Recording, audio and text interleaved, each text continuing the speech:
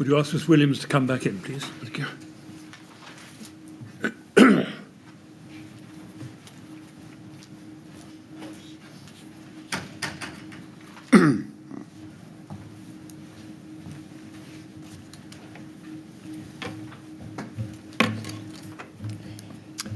Right, Miss Williams, ready to carry on? Yes. Thank you. Yes, Mr. Millett. Mr. Chairman, Ms. Williams, I'm going to continue with my questions about the smoke vent system, or the AOV. Can I please ask you to be shown TMO 10005572, please?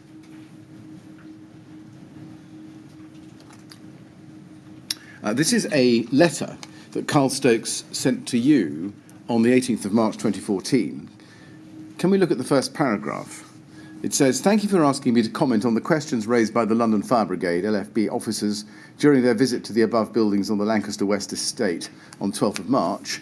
The LFB fire officers were Ben Lewis, that should be Dewis, Matthew Ramsey and Dan Hussey, and you were accompanied by Mr. Bruce Soanes of Studio E. The questions asked were contained in your emails to me from notes that were taken during the visit. I visited the above premises yesterday, Monday 17th March 2014, to gather the information for this report. The information on service dates, etc. was obtained from the contractor's servicing and maintenance logbooks held on site and from records from the TMO's engineers section at the hub." Did you ask Carl Stokes to visit Grenfell Tower to investigate the concerns that had been raised by the LFB? I don't remember doing so, because normally it would be he worked to Janice Ray, so this would be a bit unusual. Right. It looks as if you certainly asked him to comment on the questions raised by the LFB. Would that be right? I don't know. I think I asked. My previous email showed me asking Janice, and Janice passed it on. So I'm wondering if this is him just formalising what was in my email. Right. Then lower down, he says Grenfell Tower, and you can see the heading there, and just below that, ventilation system on flat/lift lobby areas. And then if we turn within that section of this letter to the top of page 2, we can see he says this: "The emergency smoke control extract panel was showing healthy when looked at yesterday with the switch in the auto position." And then he goes on to say in the next paragraph, "This smoke extraction system is on a planned preventive maintenance programme with RGE. This contractor last serviced this system according to their on-site logbook on the 15/15/13 sick.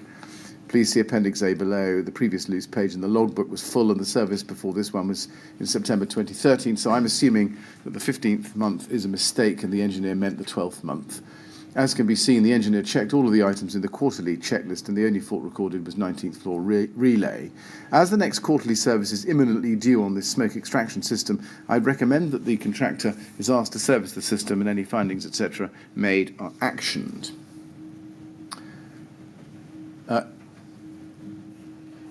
Now, did you understand from this letter that Carl Stokes was reporting that the AOV was functioning or not functioning? I think, as I said before, that I think part of it was working, but not the whole lot. And so I suspect the deficiency notice might have been a bit more specific, but it was in my mind's eye that, say, some of it was working, but I wasn't 100% sure which part. Did you go back and ask him, given that this letter was addressed to you, about which part was working and which part wasn't working? I suspect the deficiency notice was served, and that was probably a clearer guide. Did you consider Carl Stokes' finding that RGE had serviced the system apparently as operational when, in fact, RGE had reported that they couldn't guarantee that it would work in the event of an emergency? No, I don't think I'd seen anything saying it wouldn't work in event of the emergency. Because, say, when I pull together information for Ryden for their to inform them for their tender, I had a service certificate, and I think it was the one that's referred to here, the one from RGE on whatever month it was, the 12th month. So I'd taken it in good faith that it was working based on RGE certification. Then obviously, behind the scenes, RGE had written to Max Fordham, the M&E contractor, with the letter or email you just shown me a minute ago saying they couldn't guarantee it. Yes, you didn't know that. No, I hadn't seen that. Can we look at page 11 in this document, where we see his comment and recommendations? And under item 1, he says, the next quarterly service is imminently due on the emergency smoke extraction system installed on the flat straight lift lobby areas of Grenfell Tower. The last service by the contractor stated that the system is in working order apart from one reply. I would recommend the contractor is asked to service the system sooner rather than later, and any findings, etc., made by him are actioned upon. If this system is in working order, there is no requirement to do a CFD analysis to be undertaken. Now, did you action Carl Stokes' recommendation as set out here that RGE services the AOV sooner rather than later? I don't think we stopped their next service. So the contracts team managed the servicing of the equipment, and I don't think we stopped the next service which was due. So you don't think you stopped it, but did you do anything to accelerate it? No, because it said it was due. It was due, and I knew it was serviced on a regular basis. So that would be managed by the contracts team. So the next service was due. Right. Do I take it from this document and your answers on it just now that when you got this letter, you didn't think there was much, if anything, wrong with the AOV as it stood at that time? I think when I met the fire brigade, I understood there was a deficiency there, but I don't know, sorry, I've forgotten already, which side of this correspondence that meeting was. Before. The meeting was on the 12th and 13th of March. Yeah. This is the 18th of March, so only a few days before that. Yeah. So, no, I thought there was something not right with it, but I wasn't clear to the extent to which it wasn't right. Did you pursue your lack of clarity with anybody, for example, going back to Carl Stokes and asking him to comment further? No, I didn't, because I knew that it was serviced on a regular basis. This is clear that it was due. So no, I didn't. But meanwhile, the consultant team working on the refurbishment, Bruce, as you appreciate, was the architect. I had invited Max Fordham to the meeting with the fire brigade, but I don't think he was able to attend. So they were working, meanwhile, on upgrading the system anyway. So I didn't understand what part of it wasn't working properly. I knew we had a deficiency notice coming to us, and so meanwhile, in the background, the consultant team are working on the improvement specification. Did you think of going back to the LFB and showing them this letter and asking them for their views?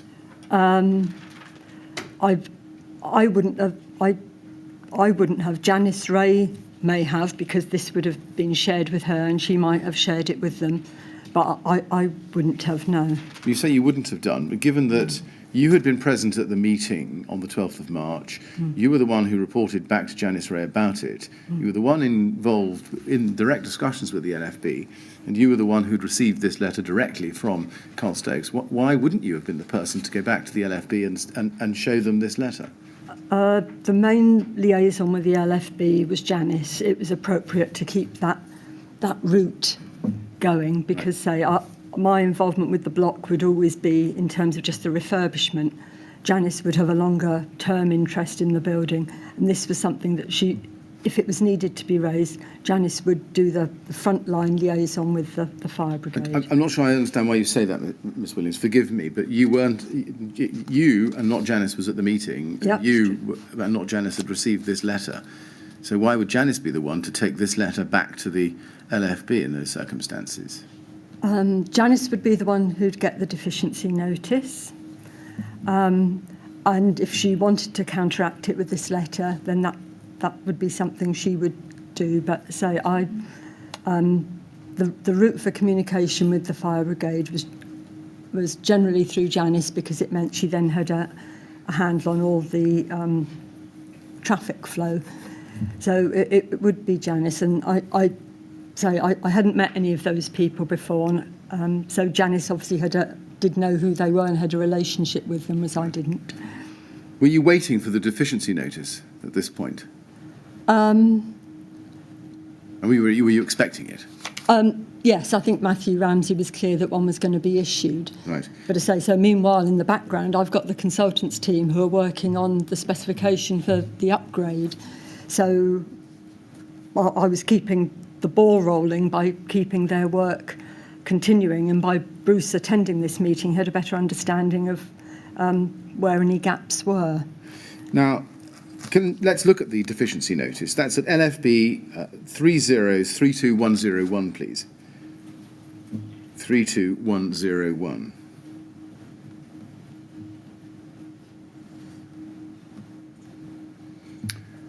It's addressed to the company secretary at RBKC TMO, dated the 24th of March 2014, from the authority. Did you ever see this at the time?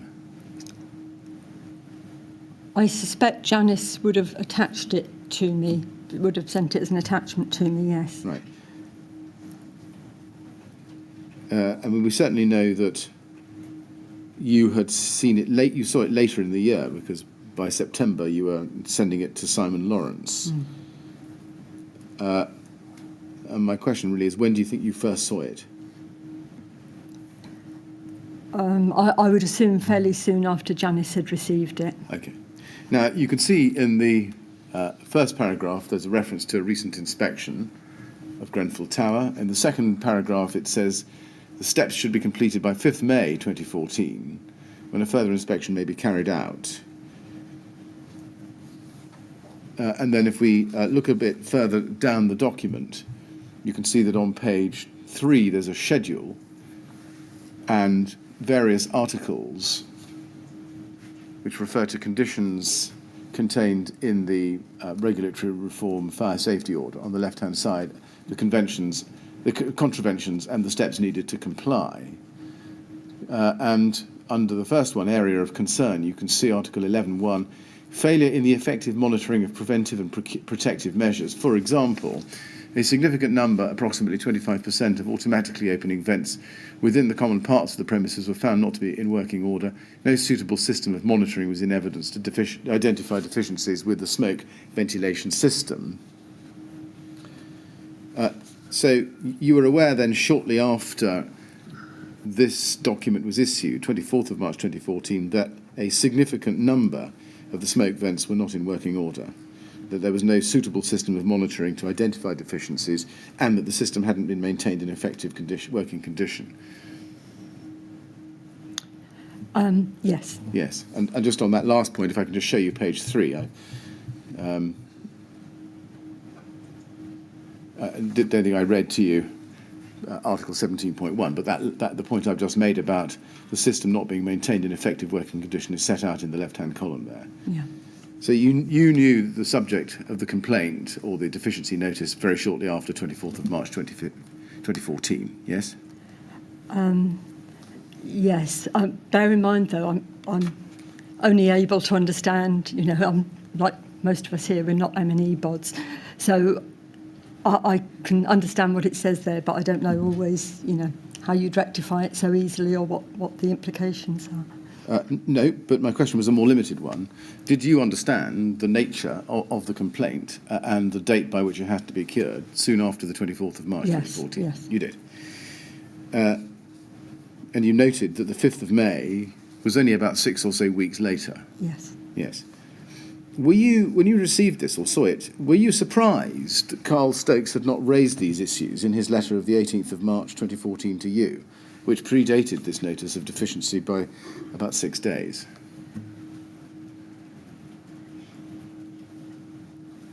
I don't think I thought about it in that way. I think we didn't know quite, as I say, I wasn't quite clear on what the areas of deficiency were. I think I said about 30% of the opening vents weren't working. This says 25%. So no, I think until this came in, we didn't quite know what it was going to say.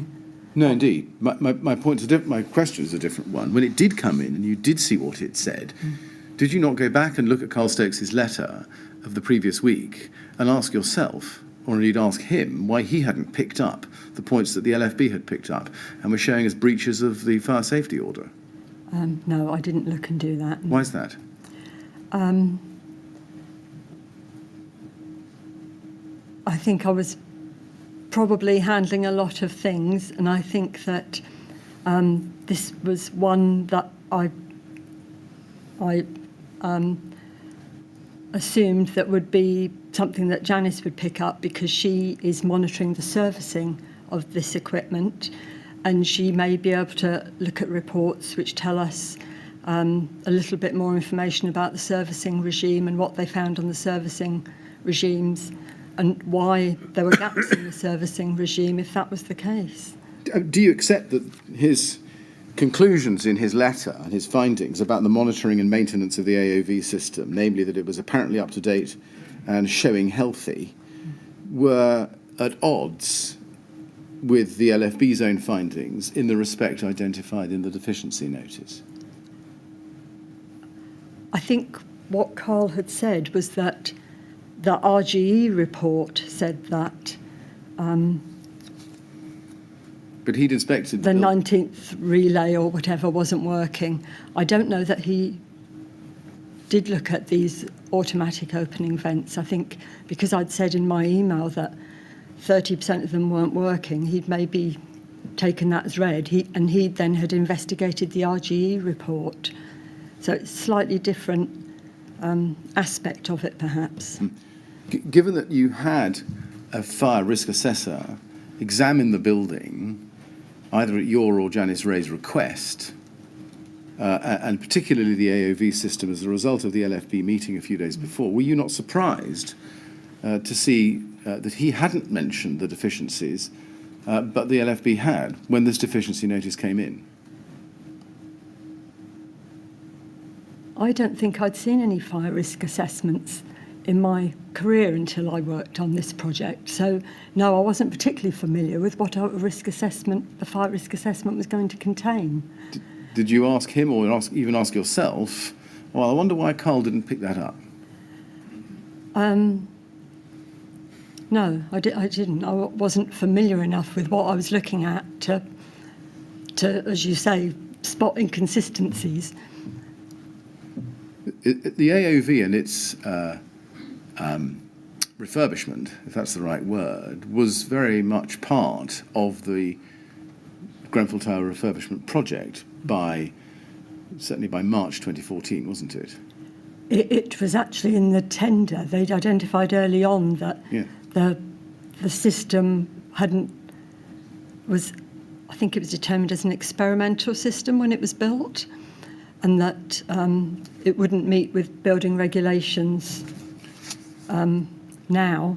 And so when we built more flats, that had an impact on the system, and obviously the idea was to upgrade it to make it as effective as possible, because I think there were still concerns that because it's an existing building, you were dealing with a limited space in which to put these measures. So it was a total redesign, but based on the constraints of the existing building. So, as you say, it was something that was in the tender, but over the course of the project, the requirements for the AOV changed because we changed the numbers of new flats we were building, and that had an impact on the air volumes that were required in terms of its smoke extraction systems. So there's two sets of fans, one at the new floor levels and one on the roof. And so the volume of air that had to go through changed when we changed the layout of the lower ground floors. Yes, exactly. And I think you're answering my question, which is it was part of the refurbishment. It was, yeah. Therefore, do you accept that it was part of your responsibility? The upgrade of the AOV fell within the project for which you were responsible. The upgrade of the AOV did fall within my responsibility. And so did the compliance of the AOV with the RRO, the fire safety order, because that was essential in order to make sure that the TMO discharged its obligations as a responsible person under that legislation. I'm not familiar with the RRO, but it seems to me that there was a service record which perhaps misled, and then the deficiency notice comes in, and all the time I've got my consultants working on what the new upgraded AOV system will look like. The situation when we took it over was obviously, I'd seen the RG certificate and I thought it was working, but when we met with the fire brigade, it was clear there were deficiencies, and that's, as I say, I'm not 100% clear on what the deficiencies were, and when this came in, this just says about part of it. Carl had picked up something different, you've said, and you're right, but so I wasn't familiar enough with the original system to know what it was and what was working and what wasn't. It was only through the documents of our consultant and consultant Carl and the fire brigade that I'm understanding that the system we're inheriting has problems. Now you can see on this document in the right-hand column that the LFB set out some steps that they considered necessary to remedy the contravention. Were any of those steps carried out by the deadline of the 5th of May 2014? I tried to get the service records to give myself some reassurance. I suspect Janice was looking as well. I believe there were conversations held with the fire brigade subsequently explaining that it wasn't an easy fix, that it wasn't something where we could just go in and do temporary works to get it working again. The system was due to be upgraded, and that the discussions we had with them led to us doing the upgrade rather than the other options of any temporary fix weren't going to work. They weren't viable. You could say the system was it was the original built system. It had so many inherent problems with it in terms of the wiring and stuff that the only answer was to upgrade it. Did you or anybody else at the TMO update the LFB in response to this deficiency notice and tell them that the deadline of the 5th of May had not been met once it had passed? Janice would have done that. I see. Let's look then at CST 403079. This is the bi-monthly meeting between the LFB and the TMO. This one on the 1st of April 2014 at 10 a.m. at the Network Hub, Kensal Road. And you are in attendance. You may remember that day, because it was a busy day for you, I think, because that was also the same day as the contractors' induction meeting, wasn't it? I don't remember, but... Right. You're there. If we look, you can also see that the LFB are also in attendance, Suhail Dadaboy and Daniel Hallisey. And if you then look, please, at page 2, we can see item 6. And you'll remember Daniel Hallisey had been at the 12th of March tower visit. And at item 6, it refers to the site visit and says this: Claire advised that this had been a really helpful on-site meeting and that subsequently we had instructed Carl Stokes to investigate the issues raised and produce a report collating all of the inspection and maintenance reports, etc. Claire and Janice are currently progressing the recommendations from Carl's report. Now, as we've discussed, one of Carl Stokes' recommendations was to ensure that RGE's quarterly service of the existing AOV was carried out sooner rather than later. Do you remember I showed you that under his conclusions? Yes. Did you or Janice Ray explain that to the LFB during this meeting? I don't remember, I'm afraid. Was there any discussion at all about the notice of deficiency that had been served the previous week?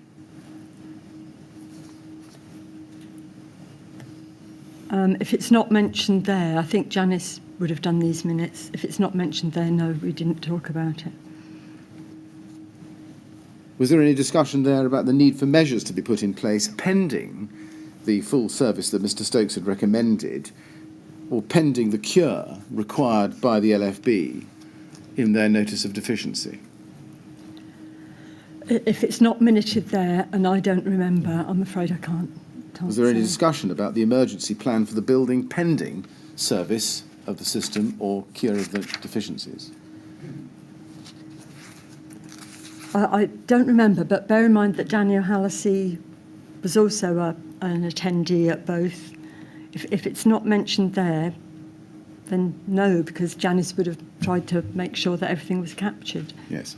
And if we look at the bottom of page 3, under item 7, it says enforcement action deficiency notices. And then over the page, Okay. it says with regard to Grenfell Tower, we can see what was said. Top of page 4, Michael advised that the PPM contractor had provided documentation confirming the system was serviced in February 2014 and no problems were highlighted.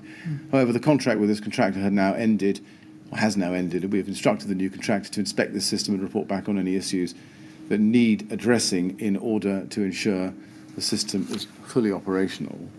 Michael agreed to report back on this. And Michael, I think, is Michael Lyons, isn't it? Yes. And what was his role? I'm not sure. I suspect he was a health and safety person, but I don't remember. I think he wasn't at the TMO for long, and I don't remember. Yeah, I'm Right. sorry, I don't remember his role exactly. Right. Did you yourself have... was there any discussion, either at this meeting or outside this meeting, about whether the residents of Grenfell Tower should be told that the AOV was not fully operational, at least according to the LFB's deficiency notice? No, I think from this we're at a stage where we're trying to understand from our servicing contractor what the state of play is with the equipment. So no, I don't think anything Right. was reported. Given that on the LFB's findings in their deficiency notice, the AOV system was not working or not fully working, why not tell the residents of the building they lived in of that fact? I think at the time, as I say, there were anomalies, as you've said yourself, between Carl Stokes' report and the Fire Brigade's report, and we're trying to get a decent servicing report to understand exactly what the problems are. So I think it would have been premature to report on something that's still a work in progress, because we are trying to understand what the system problems are at this stage. Right, so at this stage, March 2014, telling the residents about the AOV not working, you say was premature. Let's move forward in time then. Can we go and look back at TMO 00856-902?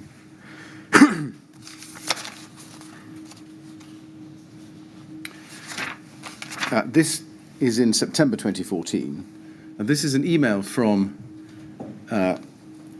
you to Janice Ray, forwarding an email chain between you and Simon Lawrence about the AOV system at Grenfell. And if you look at what you're sending Janice Ray on that date, 11th September 2014, that's the middle of page 1, you can see at the foot of that page that you're forwarding her an email from Simon Lawrence to you of the same day. Do you see that? Yeah. Which starts Hi Claire at the very bottom of the page, and then over the top on page 2, he refers to forwarding comments on to J.S. Wright. And then in the next paragraph, he says this: I note from the fire notice you attached that they had given you an ultimatum date of 5th May 2014 to get things rectified. This was a month prior to us being on site. Do you know if they returned to check if the work had been carried out?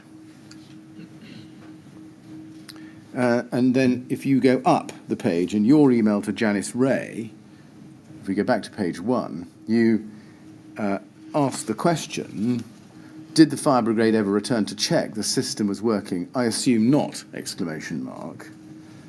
And then she replied to you at the top of page 1, Hi Claire, no, LFB didn't return to check. I kept hoping that the Chubb inspection stroke survey would happen before we were chased. J. What did you understand Janice Ray to mean by that? That Again, I believe that the new contractor who would be taken on, who was mentioned previously to do the survey, looks to be Chubb. And in dealing with them, she's saying they didn't return to check. So I'm taking it at face value. Were Chubb intended to carry out, or appointed to, perhaps is the better word, to carry out repairs in order to address the issues that the LFB had identified with the existing AOV system in their deficiency notice? I didn't deal with the servicing side, so the contracts team managed that. So it looks to me that Janice is expecting them to, but I wouldn't have been the person to instigate it. Right. Is it correct that by this time, September 2014, so 6 months after the issue of the deficiency notice, the system had still not been serviced in accordance with Mr. Stokes's recommendations?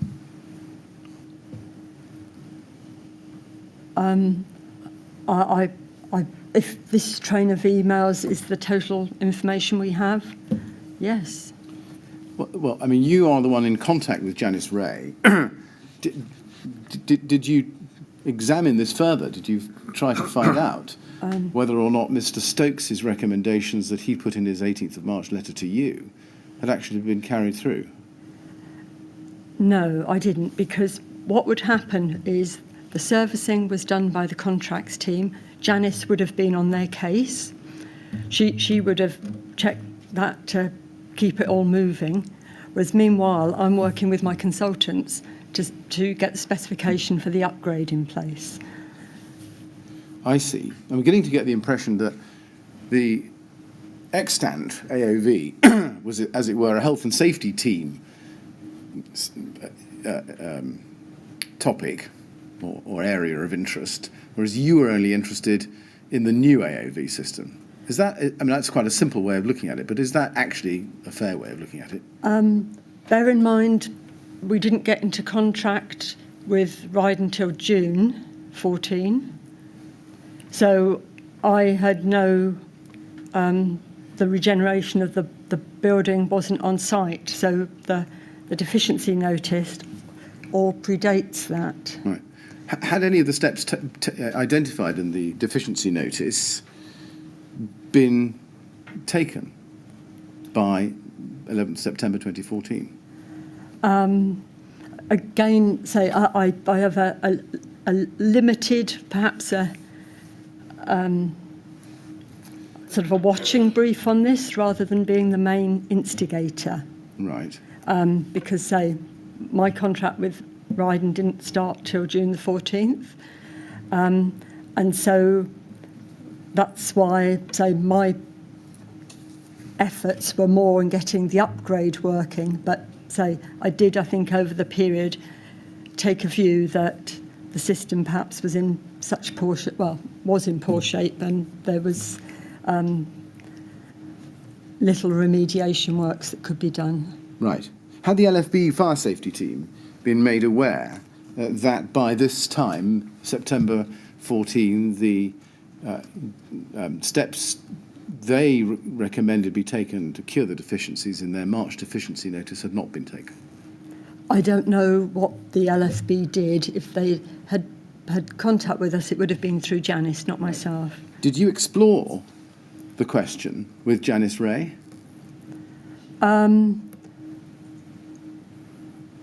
Possibly intermittently, but to say my main emphasis would be on getting the upgrade works done, because I wouldn't have seen, even if service reports had been done saying it was great, I wouldn't have seen them. They would have gone through the contracts team and they would have gone to Janice for her to forward to the fire brigade. So. Yeah, but are you not slightly minimising your involvement here? Because we've seen your name on a number of the communications, particularly with Carl Stokes, and that must have been, I would suggest, because the AOV, the new AOV and the old AOV were matters in respect of which you had an interest. As I say, I initially had a watching brief on it because I wasn't involved with the servicing of it. I didn't deal directly with the LFB, but I was going to be working on that system in future, and so I needed to know the status of it. Right. Did you have any concerns, this is now September 2014, about the risk to residents, their life and their safety, while you were waiting for Chubb to carry out the inspection to the existing AOV, or for the deficiencies to be cured? I didn't know that another inspection hadn't been done until this email, I suspect. I hadn't chased it, and I didn't know it hadn't been done.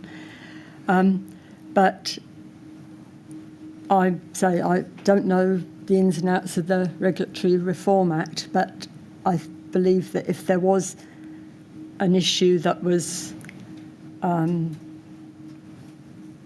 life-threatening, that the fire brigade would have placed appropriate notices on us. But I know what we did do was, obviously Carl Stokes was doing his regular inspections, and when we got on site, our contractor was aware of this, as you saw, by this date, and he was also taking that into account in his health and safety plans. And I know Janice will have briefed their health and safety committee as well by this point, because any deficiency notices were referred to them. Can we go to CST 403178, please? CST 403178. This is an email to Janice Ray from you on the same day, 11th September 2014. It's the second email down. And you say, Janice, I just invited you to the smoke vent session. Ryden have been working with their contractor, JS Wright, and I have asked them, and they're looking at all sorts of interim issues to see if they can get anything up and working, even if the whole lot won't be 100%. We may need to put together a management strategy in the interim.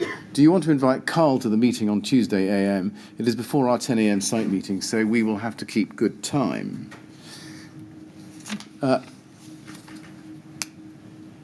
It looks from that email that you're the one taking the lead on ensuring that there is some sort of interim system in place. Is that right? Yes, I've been very proactive, but I'm a little bit worried as to why. But yes. Well, the why is because you were interested at the outset in the AOV system, and you remained interested in it throughout. Even if you weren't the actual ultimate leader, you were certainly interested and involved. Yes. No? Yes. Can we? Well, do you know whether there was, in fact, an interim management strategy discussed at the meeting to which you invited Miss Ray? I don't remember, I'm afraid, no. Do you know what was decided should be put in place as an interim measure? Well, I've talked about having Carl Stokes doing additional fire risk assessments, and say Ryden obviously were on site and it was in their health and safety plans, but I don't remember. If there's no minutes, I'm afraid I wouldn't remember. No, I mean, was anything put in place or was nothing put in place as an interim measure? Can you recall? So apart from the measures I've said, and obviously the ESA is doing the regular visits, I don't remember anything else. No. Were you concerned about the fire safety risk at Grenfell, that the absence of any interim measures which would bridge the gap before the new AOV system was installed, or the upgraded version, were you concerned about the fire risk to residents? I suspect I might have, at this stage, I think, if I recollect from the progress meetings, I think initially Ryden had said they'd be able to get something up and going by Christmas. So it seemed like there might have been a timescale on it. But I believe that when we introduced the new flats, that, say, changed the air flow volumes required. And so what should have been the solution seemed to be moving a little bit. So I think initially that there was talk about the system being in place, up and running, by Christmas. But I think that issues intervened, and that timescale then started to stretch a bit. Yes. Let's follow the story a little bit more. Could you go to TMO 00830089, please?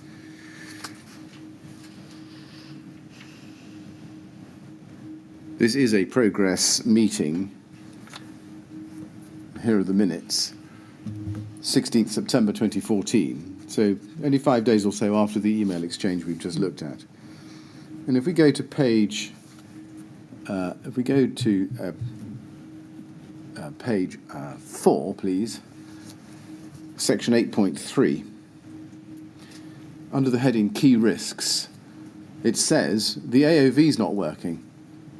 CW to ensure fire brigade are up to date, and then action CW, which is you. Yeah. And then at 9.2, under any other business, the AOVs are currently not working. Riding to try to bring up to contracted spec ASAP. If not possible, they will return to the original spec. And then 9.3, CW to keep fire brigade aware of the works to the AOVs. Now, when it said AOV is not working, as I've shown you under paragraph 8.3, had its condition deteriorated since March 2014? Do you remember? I don't know, sorry. Did you keep Janice Ray up to date with the status of the existing AOV system, as well as the planned works to upgrade it? I kept her aware of the planned upgraded works, yes. Did you and Janice Ray discuss or create a plan to keep the Lfb informed about both the non-operation of the existing AOV system, as well as the progress upgrading to a new system? We did through the bi-monthly meetings with the fire brigade, yes. Right. So they would have to wait up to 8 weeks before you would update the Lfb again? They could have asked us, they would have had... They could have done, but yeah. Did you actually proactively keep them informed about the matters identified here? The way that work site progress moves, I think 2 monthly would mean that there wouldn't be much change within a 2 month period. So 2 monthly was probably more appropriate. Did you, I mean, to be fair to you, the next bi-monthly meeting was actually 2 days later. I'm assuming that you didn't update the Lfb before that meeting. I didn't. If they'd rung Janice, she would have told them. But Right. We'll come to that meeting in a moment. At this point, we're now mid-September 2014, and you told us earlier that telling them in March about the deficiency notice would have been premature. Did you, at this stage, discuss or devise a plan to keep the residents informed about the AOV system at this point? I think at this point, because the programme from Ryden showed that they would be all up and working by Christmas. So I think we probably didn't know. Why not? Because it was a comparatively short time scale. People did have their own, many flats had their own fire alarm systems. And so, no, I don't think we even discussed it, I'm afraid. I mean, the notice of deficiency was now some 6 months old. The date for cure had passed many months before. Why not just circularise the residents and tell them the AOV system is not working, we're working urgently on an upgrade or an interim measure? Why not do that? I think when you give residents information, they need a start and an end. At the moment, it seems that Ryden had said that they were trying to bring it up to contracted spec ASAP, if not their return. So there was no end date on it. If you give people information without a start and an end, it's if you then move the end date, it's causes more aggravation. And at this stage, we had no end date, so Right. that's why you wouldn't tell people. Did you actually discuss and decide not to tell the residents about the then condition of the AOV? I don't think we ever discussed how we were going to manage it in terms of resident information. So your evidence is that the question of communicating with the residents the then current condition of the AOV simply never arose for discussion at all? No, I don't remember. I'm just interested to know why that was, given that the AOV was one of the active fire prevention measures for the safety of every resident in the building, wasn't it? Yes, no, it's just I don't consciously remember personally any reason why we wouldn't, or any discussion that we had about it. Well, you've given us a reason why you wouldn't, and that's to do with end dates perhaps moving back. But I think you're saying that you didn't even get that far. You didn't even have a discussion about whether you should tell the residents about the inoperability of one of the active fire prevention measures in the building. Yeah, no, so I don't remember having the conversation. So usually everything I did was documented in some shape or form, but I don't think that we talked about it. No. But I think at this point it still seems to be a bit of a moving target to me. Looking at the systems for a moment, keeping the LFB informed, that would obviously take place at the bi-monthly meetings with the Hammersmith, Fulham, Kensington and Chelsea fire safety team, yes? Yes. Yes. And who was it who was expected to update them?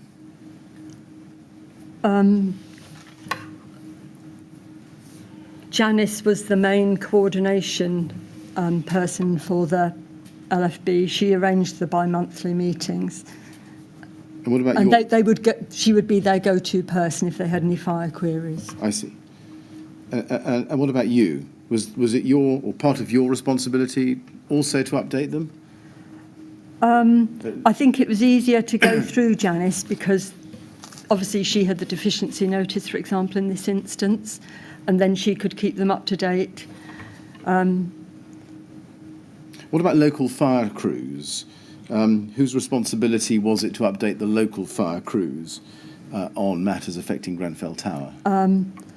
Again, I would assume the fire brigade attendees at the bi-monthly meeting, but also bear in mind at Grenfell, I suspect because of their knowledge of our situation, that all the watches attended at Grenfell several times, and also they were still doing their random fire alarm checks. So Ryden spoke a lot to the fire brigade on site. The fire brigade would generally turned up on an ad hoc basis when they were out on calls.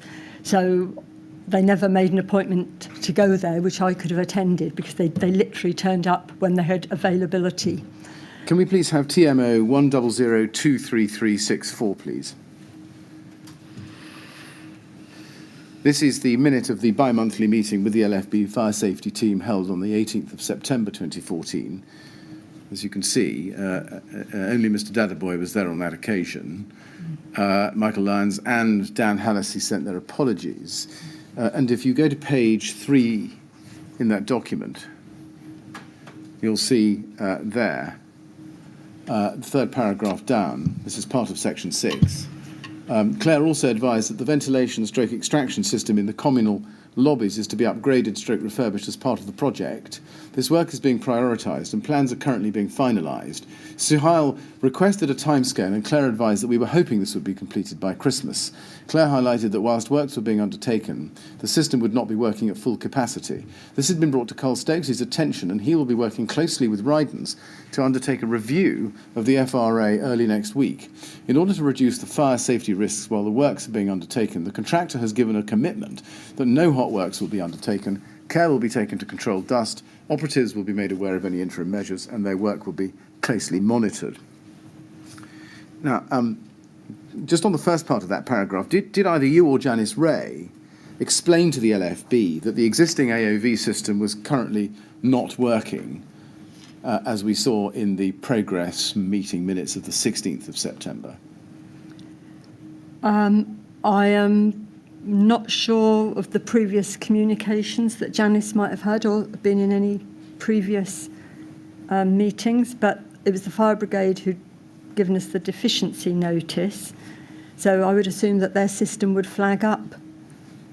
But I say that's not to say that other conversations weren't had between us, but I would expect that their system would be flagging up about the deficiency notice, because there was definitely discussion over the fact they'd bring breathing masks if there was any fire in the building. They said they'd come with breathing apparatus. So they were aware of it. Well, we can go back to it if you like, Miss Williams, but we saw at the progress meeting, there was an action note that you were going to tell the LFB that the AOV was not working. Simple. I asked you about when that was going to happen, and I think I understood your evidence as at the bi-monthly meeting. Well, here is the next bi-monthly meeting 2 days later, and I don't see in it anywhere a reference to the fact that the AOV system is not working. There's reference to it being upgraded, refurbished with a timescale, but no reference to the fact that it's not working. Can you explain that? I don't know whether it's a shortfalling in or the way that the minutes were phrased, but as I say, the fire brigade know themselves that there's a deficiency notice on this system. So, that they're not totally blind to the issue. No, but you see, it had been agreed at the previous meeting 2 days before that you would tell the LFB that the AOV wasn't working. There's no reference in this minute of that meeting to the fact that you did that. Did you do that? So what we said verbally and what was minuted is now a bit of a concern, but I think if you look at subsequent notes, does it not say that? Well, I'm asking you, going on this minute, to refresh your recollection, we see no reference there to you telling the LFB that the AOV system wasn't working. Now, you may tell me that the minute is inaccurate, but do you have an independent recollection that you did actually tell the LFB that the AOV system wasn't working, as you had undertaken to do at the previous meeting? Yeah, no, I would expect I would have said that because it's a very straightforward issue. It is not working. We are upgrading it. Right. But as you say, the minutes don't say that, do they? I'm sorry to interrupt you, Mr. Millett. Just help me with this. The first 5 lines of this paragraph are concerned with the smoke extraction system. Yeah. You say it's being upgraded, and line 4, Claire highlighted that while the works were being undertaken, the system would not be working at full capacity. I know. That suggests to me, at least, that the impression given to the LFB was that work will be done to the system, which will be partly in operation until whenever it's finished, say Christmas. Is that what they were told? At the time, Ryden's programme did show they'd be finished. No, you're missing my point. Sorry. My point is that lines 4 to 5 suggest that the system would be working, but not at full capacity, which is not the same as saying to them the system is not working. Now, I wonder whether you could just comment on that. Yeah, no, I take your point. Good. That the minutes do not reflect what would have been said accurately enough. I think it was clear that I said that was to be upgraded. What we're interested to know is, what can you recall about what was said, not what would have been said or might have been said? Yeah, no, I would have no reason not to say the system is not working. We have a deficiency notice on it because the fire brigade should already know that. So I think the minute perhaps puts a false, a rosy position on it, whereas clearly it wasn't working. And I think I would have been clear that it wasn't working. Janice knew it wasn't working. The fire brigade knew it wasn't working. So I think the minute, has got a slightly rosy complexion on a system that wasn't working. Right, thank you. And I can't account for it. Well, you say it was placing a slightly rosy complexion on a system that wasn't working. One possibility, Ms. Williams, that I'd invite you to contemplate is that you or Janice Ray allowed the LFB to have a rosier picture of the AOV system than was in fact the case.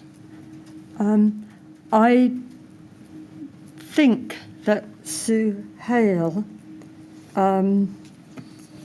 I think he had a specialist sort of role. I'm trying to think what it was. I don't think he led a watch. I thought he was more a specific fire and emergency sort of chap. I don't know whether he asked questions about how we were going to do it, but the extent of the work, and if you knew that system, you would know it would be hard to do a temporary fix on it. So I don't remember at the time if there was any more in-depth conversation about what it entailed. Because I know at some point we talked about this airflow thing, and there was an issue from building control as whether they wanted computerised simulations of airflow or whether they'd accept hand computed calculations. Now, looking at the last line there, you can see that it says operatives will be made aware of any interim measures and their work will be closely monitored. What were the interim measures or any interim measures that were implemented? I think it was about Ryden's health and safety plans, talked about keeping the areas clear of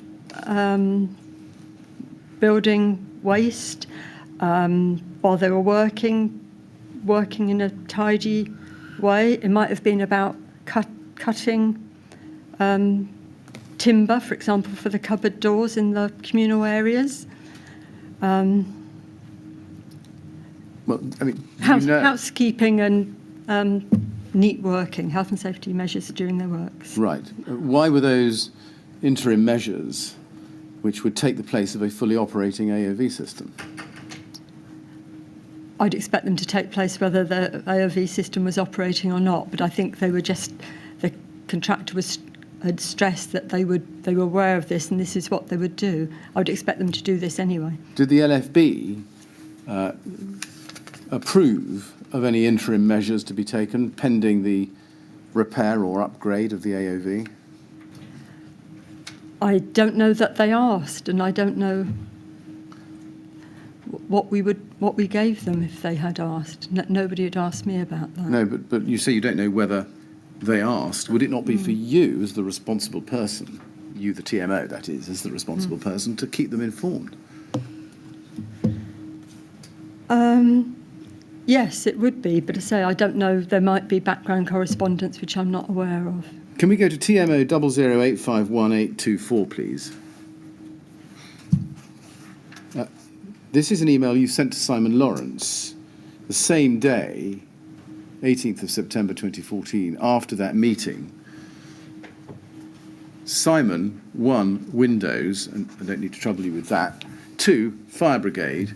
We had our bi-monthly meeting with Fire Brigade and rolled out the 2 issues, and then at the bottom of the screen, we have it. A, we're working on the smoke vents and the system will not be fully operational until after Christmas. They asked that this was covered in your risk assessments as well as in our building FRA. I said that you would be clear with the watchers who visit you too, but they are fully conversant with the fact that they may find flaws of smoke, as our discussion of Tuesday. Please make sure all these actions happen. Did you follow this up to ensure that the local fire safety crews had been informed?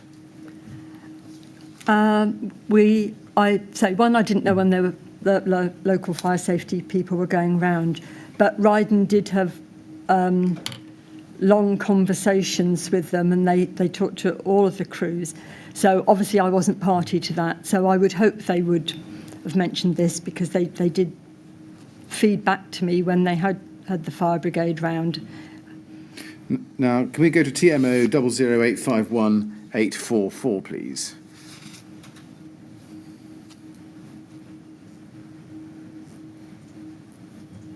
This is an email from you to Janice Ray, copying Alex Bosman on the 6th of October 2014. Towards the bottom of page 1 and over onto page 2. Janice, I spoke to Ryden. They were aware of our discussion with the fire brigade, i.e. the smoke vent system is not working while it is being worked on, and that by Christmas they hope to have the smoke vent system in some sort of order. However, the new extractor fans in the roof plant room would probably not be fitted, as it is likely that they will still be awaiting building regs approval. They have no programme for these works yet, but have a design team meeting tomorrow at which they hope to progress this further. I asked for a programme of the above works, but that is not yet in place. So this is an interim update until we have further firm information. And then if you go back to page 1, please, and look at Janice Ray's response to you. She comes back to you the same day. Hi, Claire. Do they advise of any steps they can take to even partially reinstate the ventilation/extraction system in the short term before it's refurbished? Please advise. Thanks, Janice.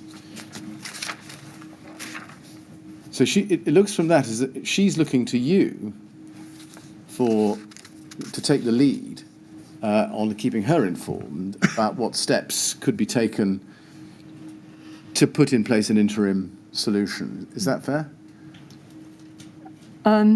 Yeah, she's asking. Yeah. Yeah. Then if we go to CST 401244, we see the story develops. 9th of October 2014. This is Alex Bosman, and we'll have to enlarge it on the screen if we can, please. Alex Bosman emails Janice Ray and you. I think we want the second email down, in fact, on page 1, please. That's it. And he says, hi, Carl, Matthew, and Greg. And this is an email which you can see you get from the email at the top of page 1. But I'll just show you what he says. Under the heading smoke extract, just below, or just towards the bottom of the screen, it says, smoke extract. I understand a visit was carried out on 6th October 2014. This system has been confirmed as beyond repair and is scheduled for replacement shortly. No further action required. And as I say, Ms. Williams, if we can scroll to the top of page 1, we see you get this email the same day from Alex Bosman, who forwards it on to you. Do you see that? Yes. Now, having previously told the LFB that you'd hoped that the upgrade to the AOV would be completed before Christmas 2014, did either you or Janice Ray notify the LFB at this stage that that would not be likely to be achieved? I would only know by looking at the bi-monthly meeting minutes. I think we had to just keep them updated, so we would have said yes, but this is now saying by Christmas that perhaps the passive part of the system will be in place, so rather than the extract fans, the mechanical side of it, which is sort of the second phase. Right. Now, the next bi-monthly meeting would happen, is this right, in the middle of November, so some 6 weeks after this. So do you remember telling the LFB before that, once you'd seen this message from Alex Bosman, that the AOV system was beyond repair and had to be replaced? No, I didn't tell them in the interim. I don't know if Janice did. Do you know why that is? No, I don't know if... No, I don't know. So, but I wouldn't have told them anyway. So Janice may have updated them, but I didn't. I see. So is this right, that you now had a gap in your fire safety systems for the building that wasn't going to be filled for some months at the least? Did you and Janice then discuss an interim plan to ensure the safety of the residents in case of a fire? No, I don't remember that we did, apart from the fact, say, the mitigating things that were in place, which is, Ryden being aware of it as they were there, making sure their contractors didn't do anything untoward, and also Carl Stokes' additional visits. Those are the things that I'm aware of, but I can't think of anything else. At this point now, so this is second week in October, now that you're told that the system was beyond repair and was scheduled for replacement, and that wasn't going to happen until after Christmas, did you discuss with Janice Ray telling the residents of the tower that there would be no functioning AOV system until those upgrade works were completed? No, I don't remember discussing it with Janice at all. Why is that? No, I don't know. Now, as you look back, maybe you would have, but as I say, I think it seems to me that there were issues with getting the approval from building control. It seemed to say new issues came up as we were working on the designs. So it did seem something that was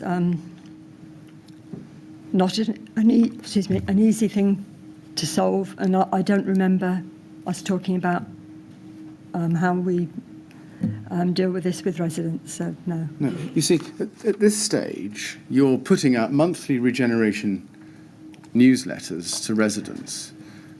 Would it not have been the easiest thing in the world to include in each of those regeneration newsletters a short item saying, you should be aware that the AOV system is not working at all or not working properly. It has to be upgraded. The upgrade won't happen for a number of months. We don't know when. We'll keep you posted, but please be very careful in the meantime. Is there a reason why you didn't do that? No, the only thing I can think of in terms of why we didn't do that was, as I say, it seems still to be a moving item, that there was no, all the time Ryden are talking to building control, we have no resolution because, say, as I recollect, the issue was with these increased airflows. It meant bigger fans up in the roof. I don't know about the ones lower down. I don't know whether they were increased in size, but there were lots of solutions that need to be arrived at. One thing we had to do was we had to make a hole in the floor slab to make a new service duct, and that had its own structural implications. So there were lots of things going on in terms of the design. The design wasn't sorted or approved for a little while, and I think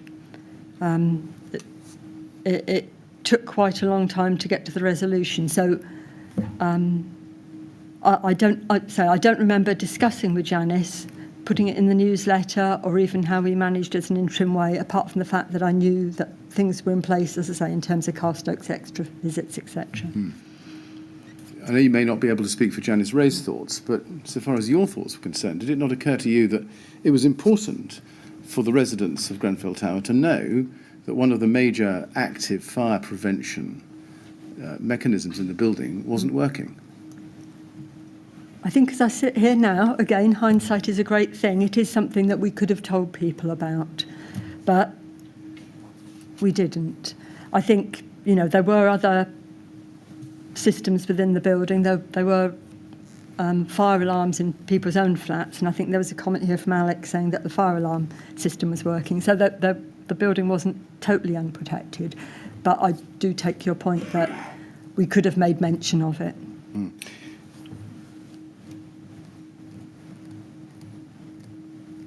Can we go to TMO 008522028, please?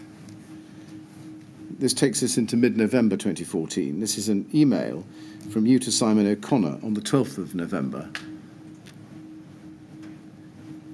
It starts, in fact, on page 3, which is where I think we need to go. And there you can see that you email Simon O'Connor and ask him for an update on the AOV at Grenfell in preparation for a meeting with the LFB the next day. See that? Yes. And Simon O'Connor copied in Simon Lawrence to that, to his response, which if you go up to the bottom of page, or top of page 2, you can, bottom of page 2, forgive me, you can see he copies Simon Lawrence in and says, probably best that Simon L. responds to this as he's leading the design on this item. And then if you go up to page 1, please, bottom of page 1, you can see that Simon Lawrence comes back to you the next day, 13th November, over to the top of page 2, Morning Claire. As per our conversation at Tuesday's meeting, our M&E design team has been working hard on finding a solution to the AOV situation, where we can urgently install now to get Grenfell some protection ASAP. We are trying not to carry out any costly abortive works, but are trying to install a part system now, then upgrade in the following months. So far, out of the 4 different specialists we've approached, Only one feels that they are able to carry out the works to this method, so no works are abortive. We are currently arranging a meeting with our specialists and building control to ensure everyone is in agreement with the proposed design. In our initial meeting with Janice and Carl, I said that we would aim to get a part system operational by Christmas. We're still doing our best to achieve this, but the early feedback from the specialists on Tuesday is that it's unlikely to be before Christmas. However, I'm waiting their response to tell me when I'll let you know as soon as I have some more news. In the meantime, you still only have the existing smoke detector and visual fire panel alarm covering the building. And we can see that you then forward that on. If we go up to page 1, please. You forwarded that on to Janice later that same day. Janice, sorry, in training, and then you just picked this up. You see that? Mm-hmm. And I'll come back to her response in a moment. I just want to look in parallel at what was happening in the bi-monthly meeting, which was the same day. If we go to LFB 3084118, please. Go to page 1 in that. Here is the 13th November 2014 bi-monthly meeting notes. Present from the LFB were Sidile Dadaboy, Rebecca Burton and Terry Chaplin covering for Dan Hallisey, and Janice Ray. You send your apologies, maybe because you were in training. Now, if we go to the top of page 2, we can see that Janice Ray provided an update on Grenfell Tower. You can see the bullet point there. Grenfell Tower, Janice advised that our fire consultant had now completed a review of the FRA for this block. This had been undertaken in close liaison with the principal contractor, Rydens, and can be made available to the LFB. Janice advised that Rydens were finding the local LFB crew's regular familiarisation visits to the tower to be really helpful. Now, I know you weren't there. Did you see the minute of this bi-monthly meeting after it happened? Yes, I would have. Did you notice when you did look at it that there was no reference in here, or so it seems, to any update about the AOV system in the tower? No, I didn't, but I wonder if Janice sent it on afterwards. Because she might have done these minutes, because the meeting was 9:30 in the morning, so she might have got it out quickly. But even if she hadn't, she could have forwarded my email subsequent. Yes. Well, you've just anticipated my next two questions. It is right to say that she didn't have the update from Simon Lawrence until after the meeting, looking at the timings. So the question is, did either of you then forward that update to the LFB after this meeting? I didn't, but Janice may have. Do you know whether she did or not? I don't know whether she Right. did now. Well, then going back to your emails, then, if we can, TMO 008520028, please, page 1. You can see she says there in response to you, thanks, grateful for you keeping me in the loop. Fortunately, the LFB did not raise any specific issues on Grenfell. What did you understand her response to mean there? That she said that they didn't perhaps look at the last set of minutes to ask any questions, but they obviously hadn't got any questions to raise. Did you understand her to mean that she was only going to update the LFB if they specifically asked about the AOV or the notice of deficiency? No, Janice would try and put it all on the table. So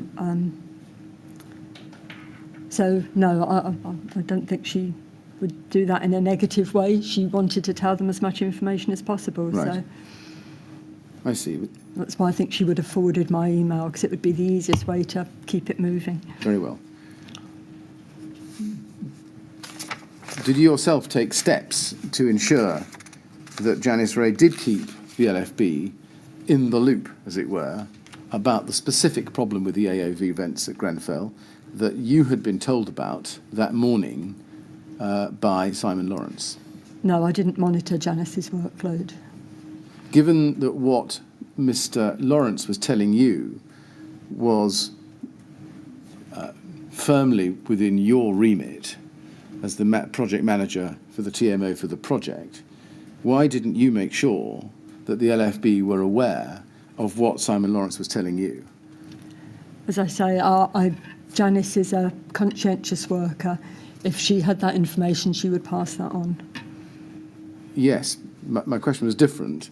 That she may have been a conscientious worker, but why did you leave that task of telling the LFB to her, given that it fell within your remit? Janice was the main liaison point for the LFB. Janice was capable of passing on an email and would have done. I don't monitor Janice's workload. Mr. Chairman, is that a convenient moment? We're in the middle of the line of examination, but we're going to go to a different document. Yes, well, if that's convenient to you, I think it's a good time to have a break. I'll have an afternoon break now, Miss Williams. Back at 3:30, please, and don't talk to anyone about your evidence while they're out of the room. All right, thank you very much.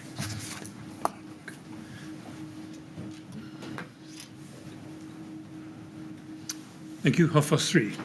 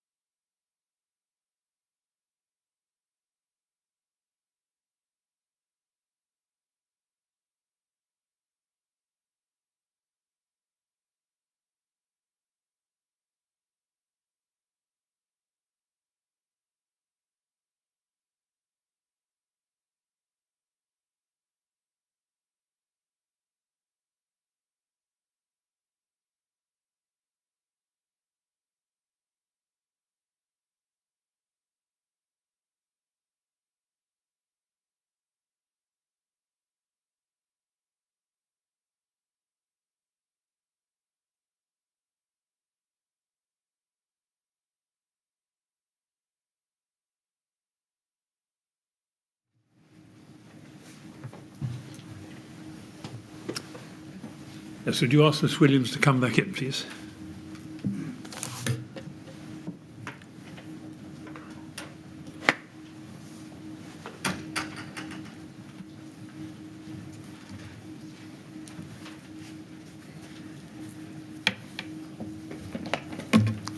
All right, ready to carry on, Miss Williams? Yes. All right, thank you. Yes, Mr. Yes, Mr. Chairman, thank you. Ms. Williams, can we please go back to TMO 00830089, which is the minute of the 16th of September 2014 progress meeting? And if we go back, please, to item 8.3, which we saw in that document on page 4, where it says the AOV is not working, CW to ensure fire brigade are up to date. We've seen no record, either in a minute of the bi-monthly meetings or any of the emails, which shows that you did tell the fire brigade that the AOVs were not working. We have seen the minute of the 18th of September bi-monthly meeting where where what was given to them was, as you put it yourself, a rosy picture. I have to suggest to you in blunt terms that the TMO was not being candid with the enforcement authority about the true state of the AOV at Grenfell. Do you accept that? I believe the verbal discussions we had, we said it wasn't working. But as you look at the minutes, I have to agree with you that it said that it's being upgraded. It doesn't say, the minutes you have shown me does not say in words one syllable, it's not working. And I would suggest to you that you weren't being candid with the LFB because you did not want them to turn their deficiency notice into an enforcement notice. I don't know how that system works, but I had looked at those minutes at the time and I thought, we've explained to them, but the minutes don't say, I have to say that, as I've just said, that the minutes don't say the AOV isn't working. But I believe we did have discussion with them, verbal discussion, and say the fire brigade watches were all told it wasn't working by Rydens. So I think there is an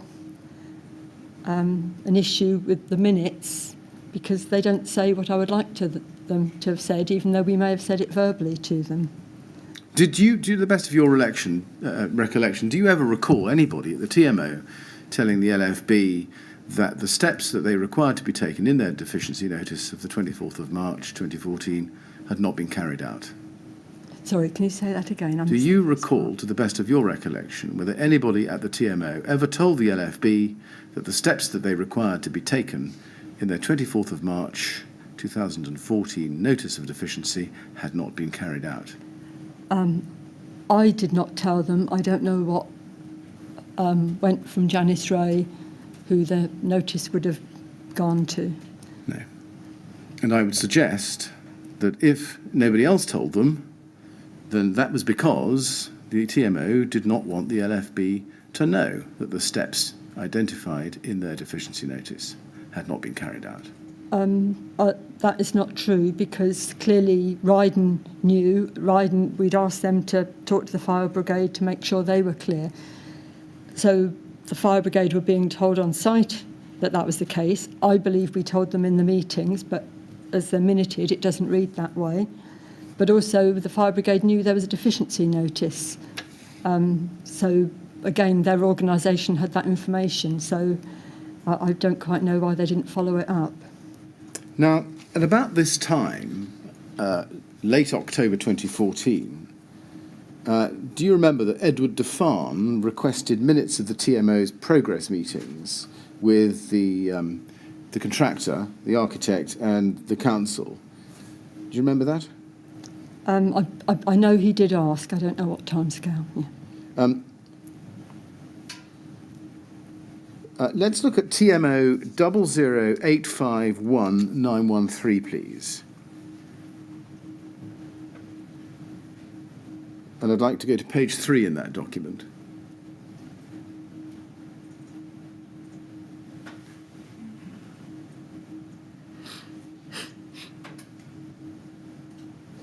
This is Edward Defarn's email to Siobhan Rumble, copied to you on the 30th of October 2014. Dear Siobhan, I'm writing to you using freedom of information legislation. Please could you provide me with the TMO's minutes from the end-of-month meetings that are held to discuss the building works at Grenfell Tower and that may include input from the TMO, Rydens and Studio E. Please can you provide evidence that the issue of asbestos in Grenfell Tower is being dealt with by the contractor Rydens, and provide evidence that the TMO have informed the building contractor of the presence of asbestos in our properties. Could you also provide me with minutes of any meetings between the TMO and RBKC Council that discuss the building works at Grenfell Tower? I would expect to be provided with minutes from any scrutiny meetings and also any correspondence between the RBKC Planning Department and the TMO. Finally, please can you put in writing why the TMO think it's acceptable that the front entry door to Grenfell Tower has remained broken for many weeks now despite numerous requests for it to be fixed? Do the TMO not have an obligation to fix such repairs within 24 hours if they are a health and safety issue? And we can see, if you go up to the next page up, page 2, you send this on the 31st of October, the next day, to Fola Cofidia, copy to Sean Rumble, David Gibson and Janice Ray, and also Roger Keane at the council. And you say in item 1, TMO monthly progress meetings, these are commercially sensitive and not available to residents.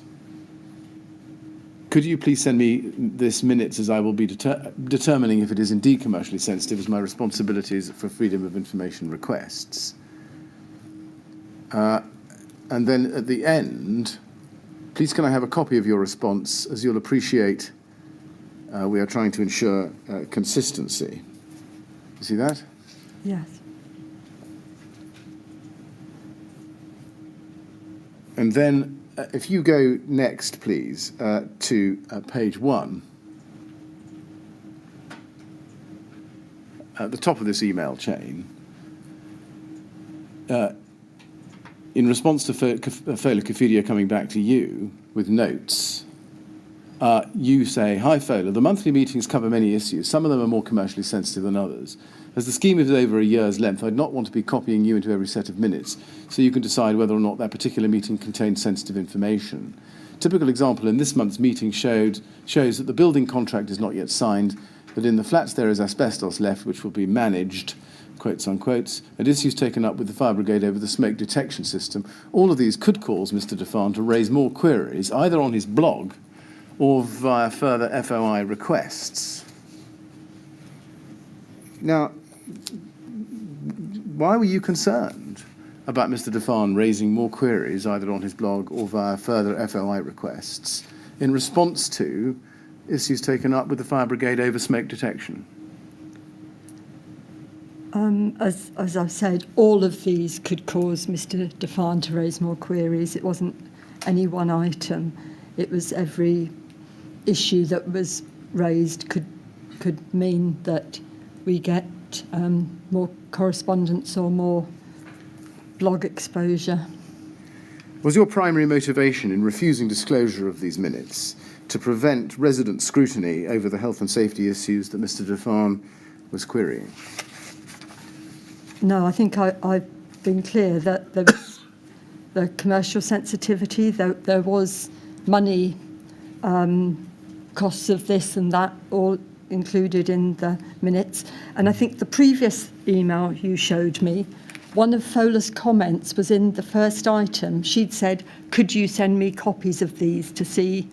One of her sentences at the end of mine, it wasn't distinguished by colour or typeface. Yes, I see. Page 2, that is the first item. I say, yeah, it's her line saying, "Could you send me copies so that she can determine?"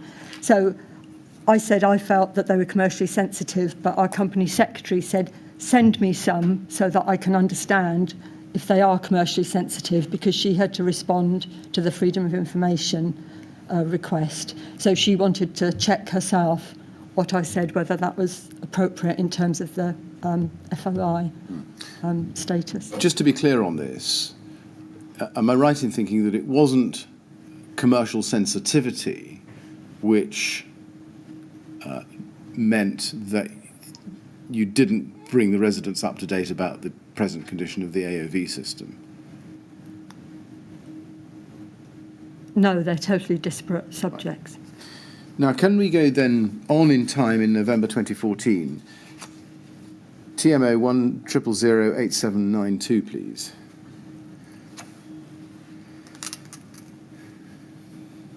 This is a meeting of the TMO Health and Safety Operations Committee, and you're not recorded as having attended. And at the bottom of page 1, we can see that there's an item, Grenfell Tower Fire Safety. Janice Ray appears to have provided an update here on fire safety in the building. She says, JW confirmed that the TMO are looking to ensure that we integrate the most recent fire safety kit. LFB are not engaging with Eddie Defan. And then over the page,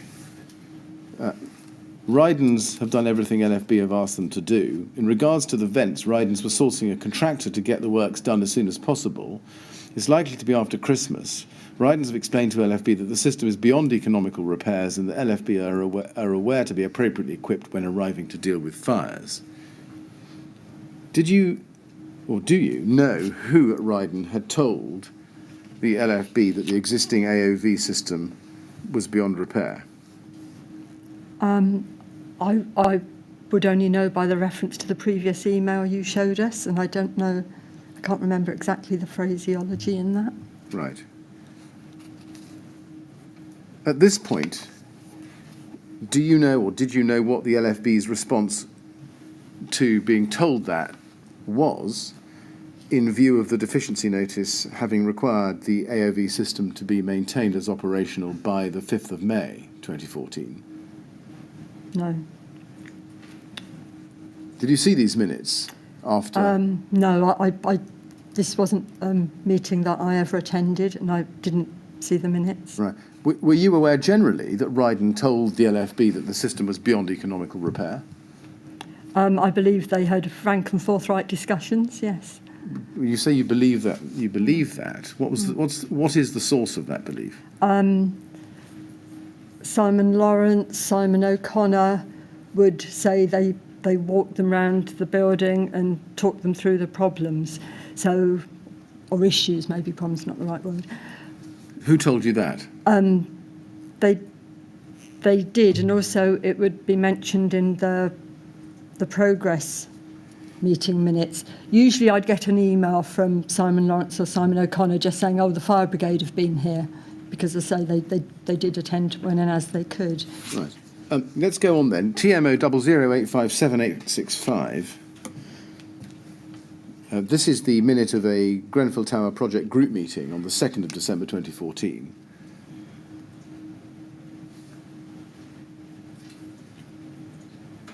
And we could see that you were in attendance as well as Peter Madison. You see that? Yes. And if you go to item 7, you can see that you confirmed that the LFB are aware that the smoke vents are not fully functioning. Not fully functioning. What was that a reference to?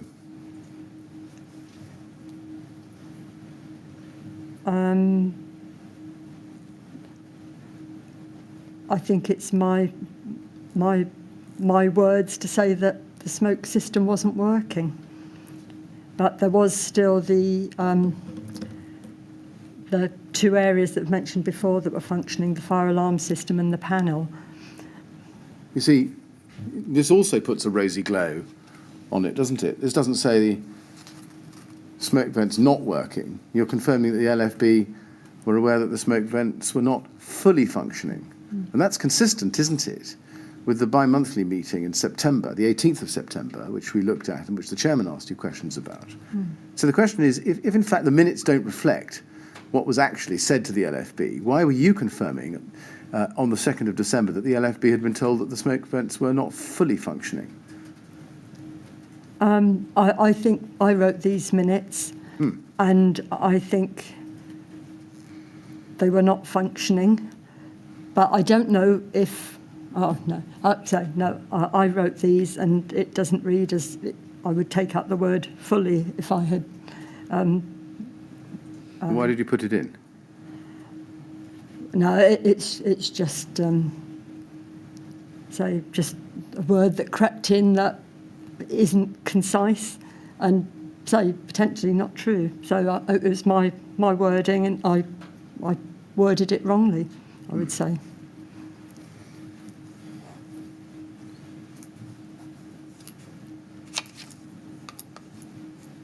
when you say you worded it wrongly, is the reality that in fact you were gilding the lily to the LFB and were now gilding the lily to other people in the TMO? No, that's not true. One, there's no reason why we shouldn't be straightforward with everybody. There's no benefit from trying to hide anything. The fire brigade had been on site, they were aware of the situation, they'd issued a deficiency notice. I think that, say, the fire brigade meeting minutes are perhaps misphrased, as this word fully shouldn't be in there. I don't think there's any attempt to cover up. I think it's more just poor wording. Now, And say the fire brigade do know, so please don't think otherwise. TMO 00857 your email to Janice Ray on the 11th of December 2014 with a further update about the AOV system, and you say,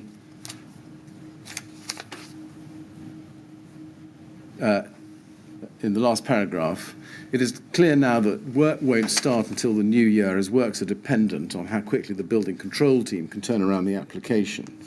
And Janice Ray replies to you, and she says, thanks, Claire. Let's hope our luck holds and there are no fires in the meantime. When will the main door be secured? And leave aside the main door. When she said, let's hope our luck holds and there are no fires in the meantime, what did you understand her to mean by that? I think we were both conscious that the movement on this was quite slow, and this to me is her perhaps doing me a nudge to say keep chasing. Did you tell the LFB that works now won't start until the new year? We had our next bi-monthly meeting, so I know we did report about the time frame moving. The next bi-monthly meeting was on the 20th of January, wasn't it? Oh, Some 6 weeks after this. right.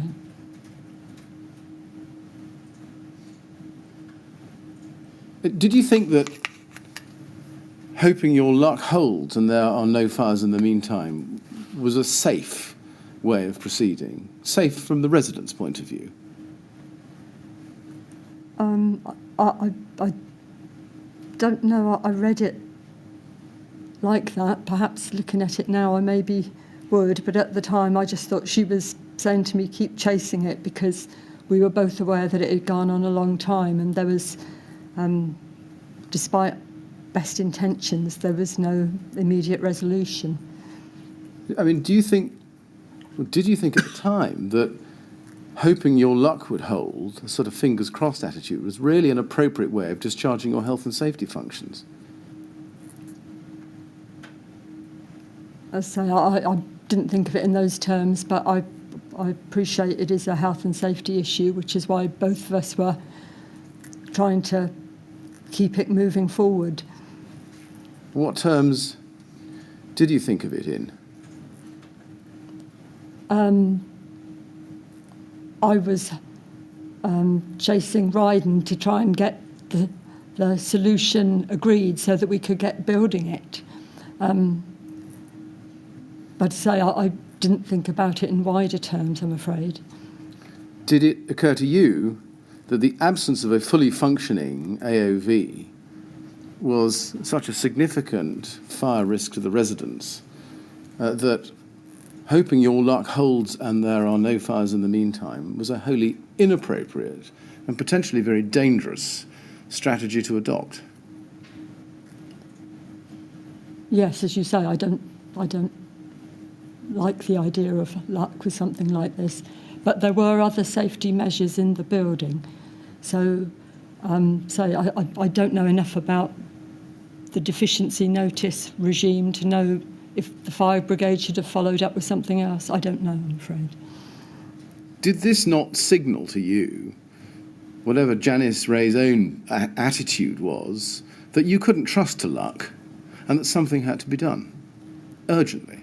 Well, that's why I say I read this as a prompt to me to keep on to our contractor to get it resolved as soon as possible. That was the way I would take this. Given the delays that had crept into this part of the programme, as we've seen from the emails I've been showing you, keeping on to the contractor to get it resolved as soon as possible was not a reliable and safe way of proceeding, was it? I would have had to take advice on that because I don't know what the perhaps what measures should be put in place or what the fire brigade would do. Obviously, they were aware that our system wasn't working because they told us they would bring fire apparatus, breathing apparatus, so that they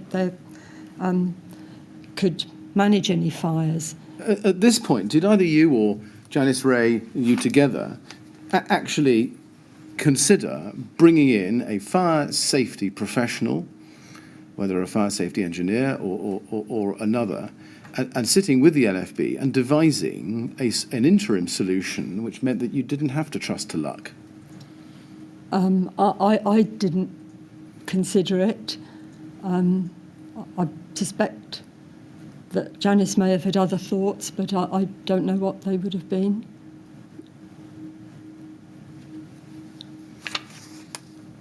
Can we move on then? RYD 30887894.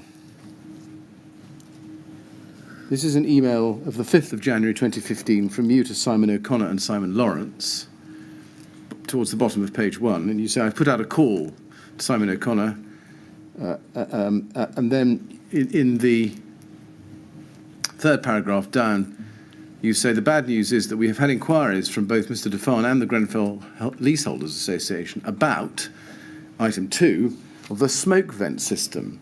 Peter Madison is responding, but asks specifically if we could get confirmation from you on your programming for this works.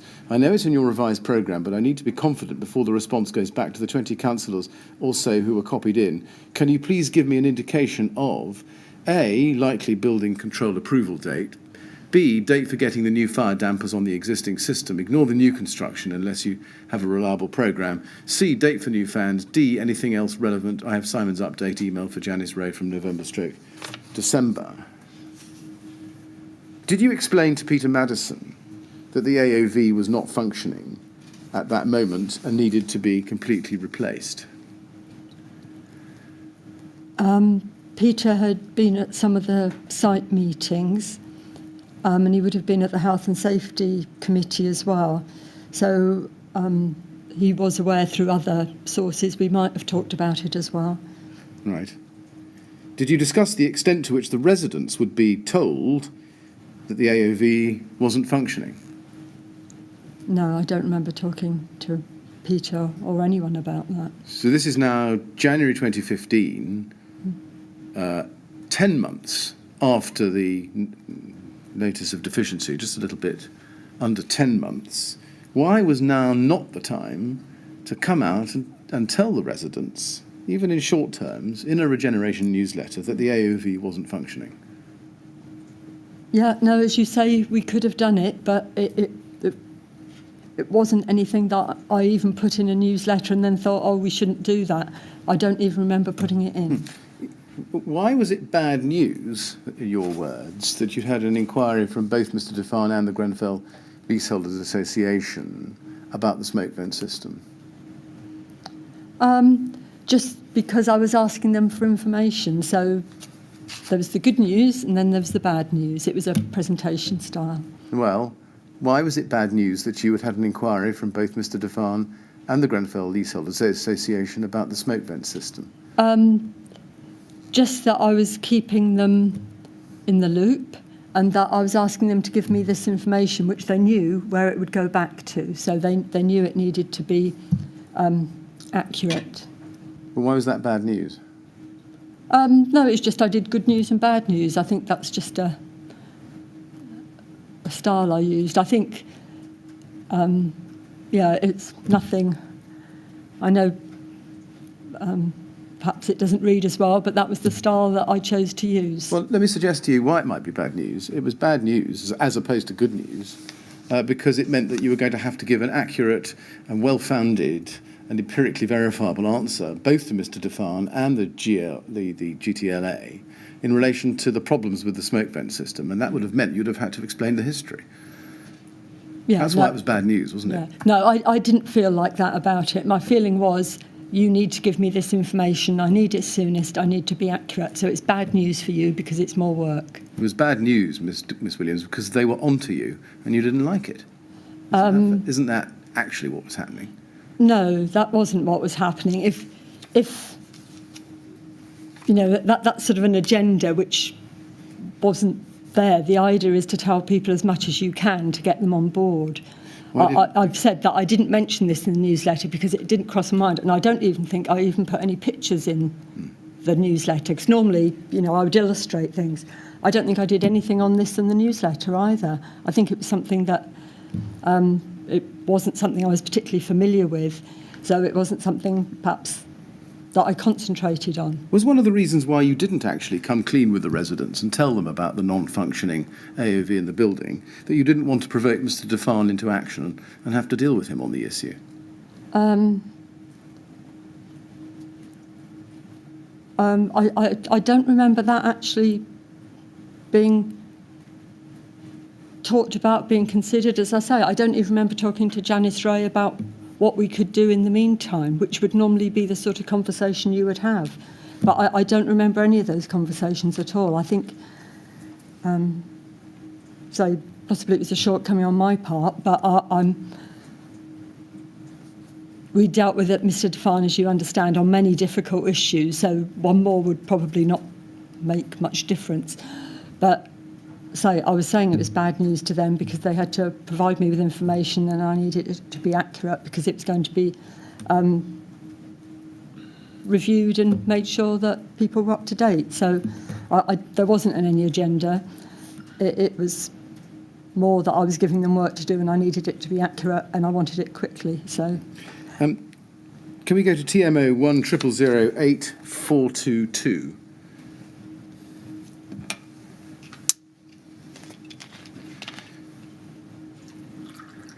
This is an email of the 5th of January 2015 from Peter Madison to Councillor Blakeman, Judith Blakeman, in response to the GTLA's complaint about various things. And it's copied to you, as you can see. And in it, Peter Madison said a number of things, but if we look below the bullet points, it says, the scope of work to Grenfell includes the upgrade/renewal of smoke and fire safety and ventilation system. The system is currently beyond economic repair. We're working with building control to agree a design for the system that will meet current standards. We have been in close contact with the fire brigade to make them aware of the current situation so they can take this into account in their approach to any fire safety issues. Now, it's right, isn't it, that Mr. Madison didn't tell Judith Blakeman that the existing system was not functioning at all, not working, to use the words from the progress meeting in September? I don't know what Peter Madison told her apart from what is here, so it doesn't say there that it's not working. No, indeed. Did Peter Madison make that clear to Councillor Blakeman at all outside this email? I wouldn't know that. Now, this update was intended for Mr. Awaderu, that's the GTLA. Did you consider sending an update to all residents about the AOV rather than this specific response to a specific request? I think, as I've said, I didn't consider with anybody whether we wrote to individual residents or groups of residents about it. You see, it looks from this that you are choosing your audience, or Mr. Madison was choosing his audience. He was happy to tell Councillor Blakeman, in response to Mr. Awaderu's complaint, that the system is currently beyond economic repair. Was it not essential that all residents of the building knew that there was a major gap, albeit temporary, in the active fire safety measures in place in the tower? I don't think we were choosing who we told and who we didn't tell. I say I still maintain the fire brigade, well, they definitely did know it wasn't working. But I say, I don't remember talking to anybody about telling residents that it wasn't working. It looks from this is that you were forced to give an answer, but only to those who'd actually asked the question. Is that fair? If anybody else had asked, we would have replied as well. It just so happened this was their GTLA, but if anybody else had asked a specific question, they would have had a response. Indeed. So the TMO on this issue was reactive and would only actually give information to those who asked for it, and not proactive and volunteer health and safety information in respect of the AOV system to all those who resided in the building. Is that how it was? This is a reactive response, but we didn't tell people, or I didn't tell people at least, that the system wasn't working. Can we go to TMO 1004 2871, please? Moving on into January 2015, and this is an email on page 2. If we go to page 2 of that, please. 13th of January, you emailed Matt Smith of Max Fordham asking him for information about the AOV to be able to update the LFB. And you say, in the second paragraph, is anything being undertaken in the interim on this? I thought we had on board the subcontractor you recommended. We have a meeting with the fire brigade next week, and I would love to be up to date then. I think that's what that refers to. And he responds to you, if we go up to page 1, in his email of the same day, 13th of January, second paragraph, the system as presented in the technical submission is the one discussed with Paul Hanson from Building Control on 24th of November 2014. He verbally accepted the scheme at the time, so fingers crossed this should be formally approved when submitted. The scheme is two-stage in that the current natural ventilation is reinstated as an interim measure before the new pressure differential controls and fans are added at a later date. I haven't seen an up-to-date programme outlining when these works are to commence. Speaking to Ryden would be the best bet.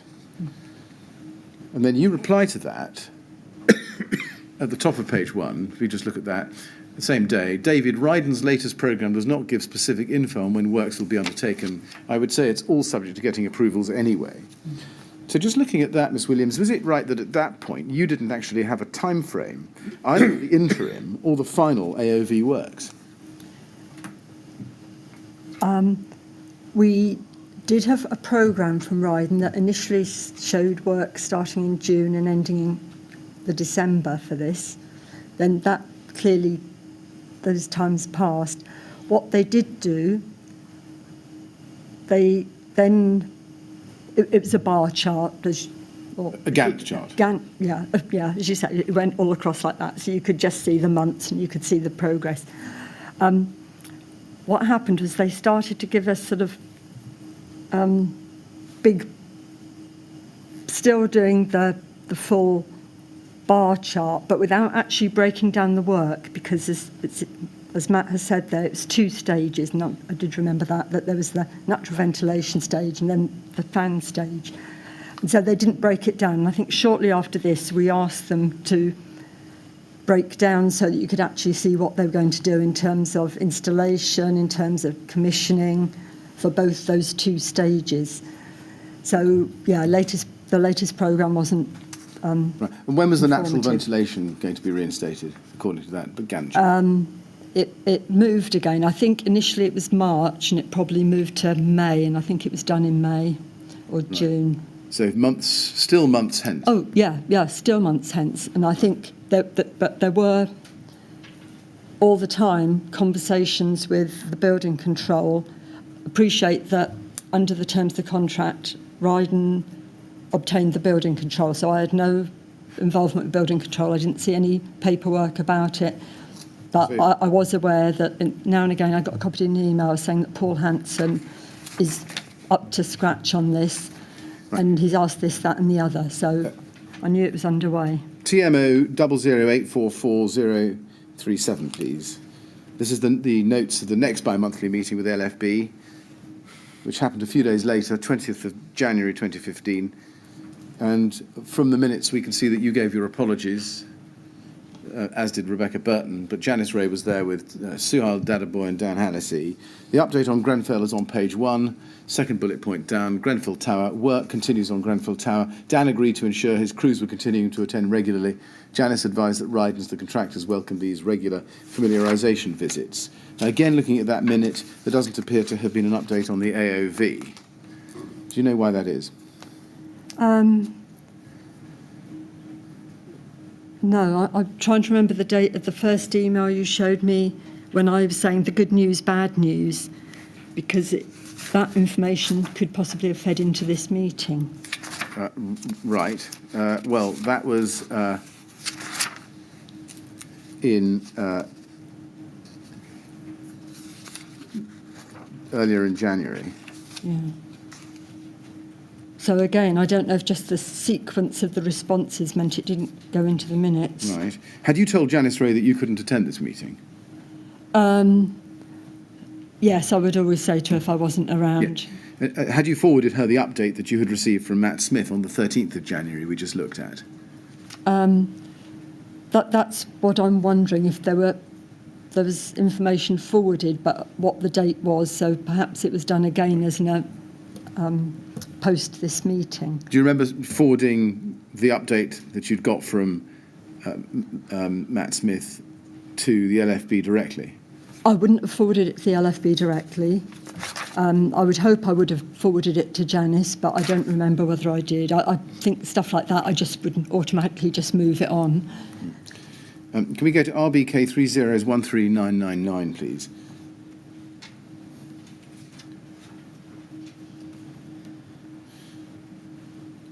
This is a further bi-monthly meeting on the 23rd of March 2015. So it's the next one on.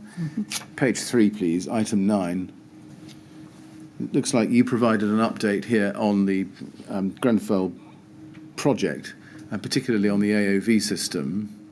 And you say, firstly, with regard to the ventilation and extraction system in the communal areas, she advised, that's you, that we are on track to have the passive system fully operational by late May. The mechanical system will take longer to complete, but we believe that sign-off by building control is imminent. And then you go on to talk about lifts. Now, there doesn't appear to be any discussion in those minutes there, that meeting, about the fact that the existing AOV system was still not operational. Is that right? I don't know enough about these fire brigade people to know if they understand how the system worked, but their watches were going to site regularly and they would have understood the progress of these works.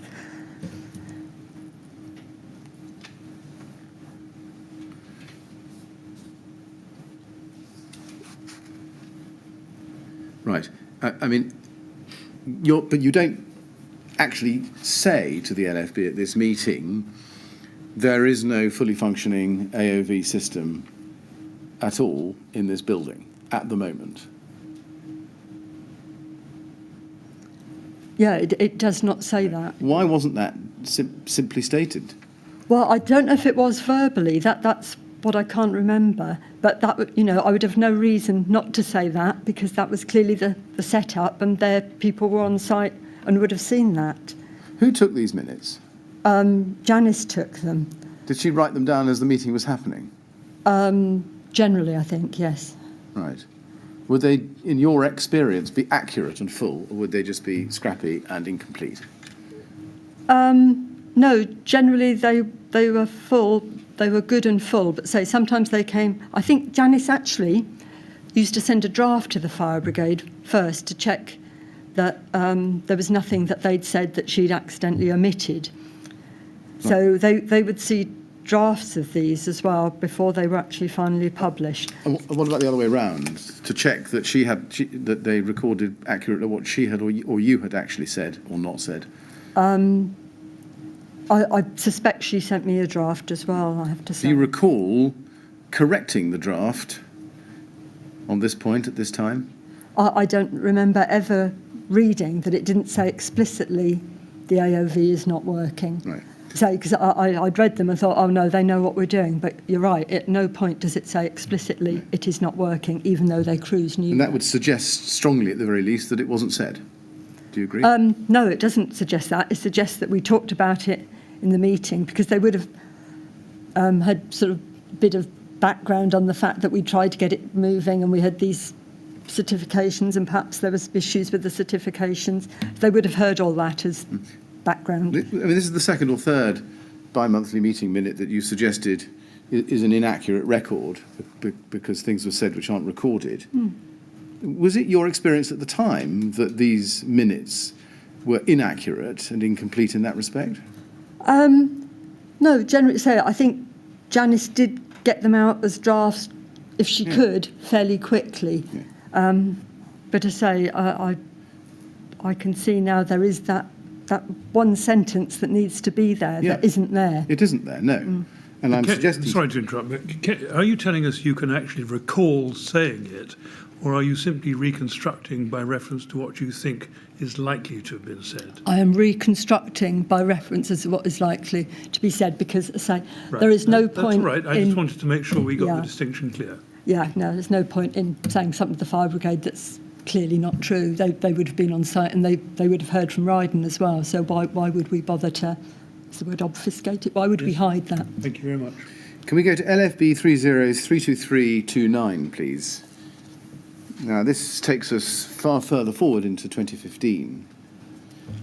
This is a further bi-monthly meeting with the LFB in that year, held on the 19th of August. I'll just wait for the document to come up for you. LFB 3032329.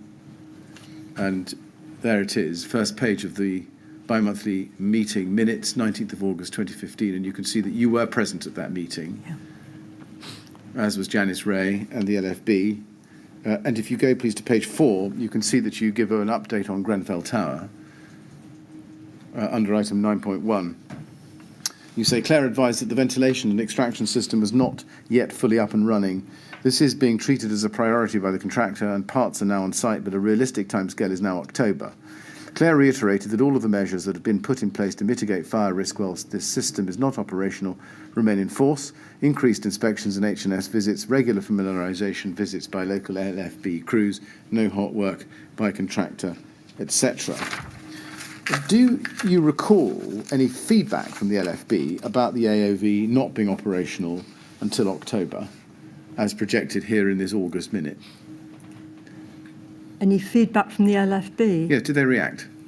No, I don't think so. I think they just treated it as information and didn't say, it's taken you a long time or what were the problems.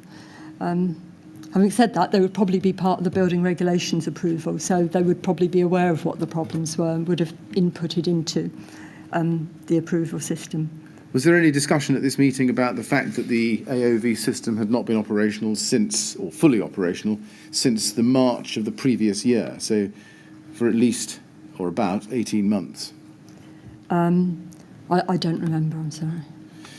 TMO 00859 please. 859169.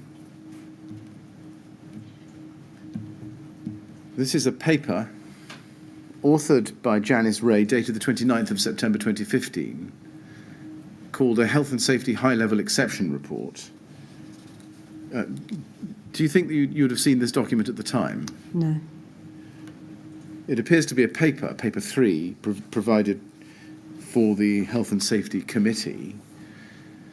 And if we go to page 1, paragraph 4, you'll see, just scrolling down the page, item 4, Grenfell Tower fire safety ongoing. Refurbishment of smoke ventilation system in hand, but elevated level of risk until this work is completed. However, actions to mitigate risk in place, regular familiarisation by local LFB crews, regular inspection by fire risk assessor, no hot works by contractors, increased enhanced inspection by estate staff, etc.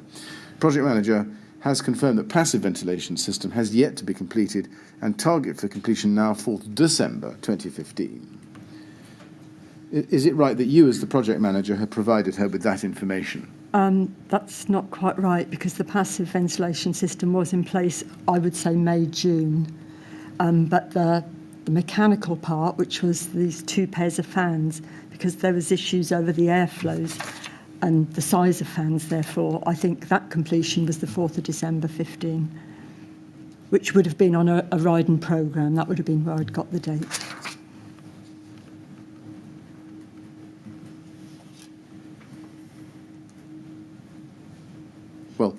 I'm just a bit puzzled by that. Where else would she have got the information from, other than you, that the passive ventilation system has yet to be completed? I think it's just a misunderstanding, but the passive ventilation system was definitely done by May or June. So I don't know where that came from. I think I've said to her that the passive system's in place, but the target completion for the overall system is the 4th of December, which Right. was, say, taken from a riding programme. I see. I was going to ask you, that date of the 4th of December, what was that, in fact, a target completion date for? That was for getting in place the mechanical bit, because the ducts were there, they were clear, there was a route through, but the fans, which supplied and drew the air out, the size of those fans was agreed during the building control process, and they weren't put in place and they weren't up and running till December, I suspect, from this. I don't know if that date changed, but it would have been 4th of December at the time of this report. And coming back to a question I've asked now quite a few times today, why were the residents not informed that there was an elevated level of risk while the work was being carried out on the smoke ventilation system? I said that I don't remember ever discussing it with anybody in terms of why we didn't say to residents. I don't remember anybody ever saying, let's put it in the newsletter. It wasn't discussed, and I don't remember raising it as an issue. TMO 100333146, please. This is the next bi-monthly meeting with the LFB, 20th of October 2015. And if we go to page 3, you are present with Janice Ray there. If we go to page 3, item number 8 about floor numbering, you can see that's the only item raised there. Right. On Grenfell Tower. It's about floor numbering. There's nothing mentioned in these minutes about the AOV system. Did you tell the LFB at this point that the AOV system was still not operational and wouldn't be until early December? Sorry, I missed the front page, which gives us the date and whether I was attending. Yes, let's go back to that. I took it a bit quickly. 20th of October. Okay. And you are there. Right, okay, thank you. And going back to page 3, item 8, you can see that what was discussed was the floor numbering. There's nothing in these minutes about the AOV system. Did you tell the LFB that the AOV system was not operating and wouldn't be operating until 4th of December or thereabouts? It's not minuted, but we clearly had that information. You clearly had the information because we've seen it reflected in Janice Yeah. Ray's paper 3, Yeah. as we've seen, but it's not minuted here. No, My question is, why not? I don't know. Say we had the information. There's no reason why we shouldn't publish it. Now, I want to turn next then to fire risk assessments. And Mr.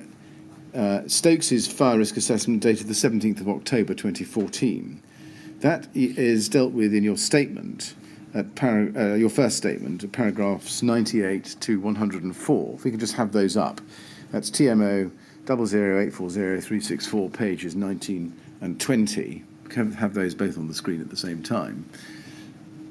I just want to show you paragraph 98.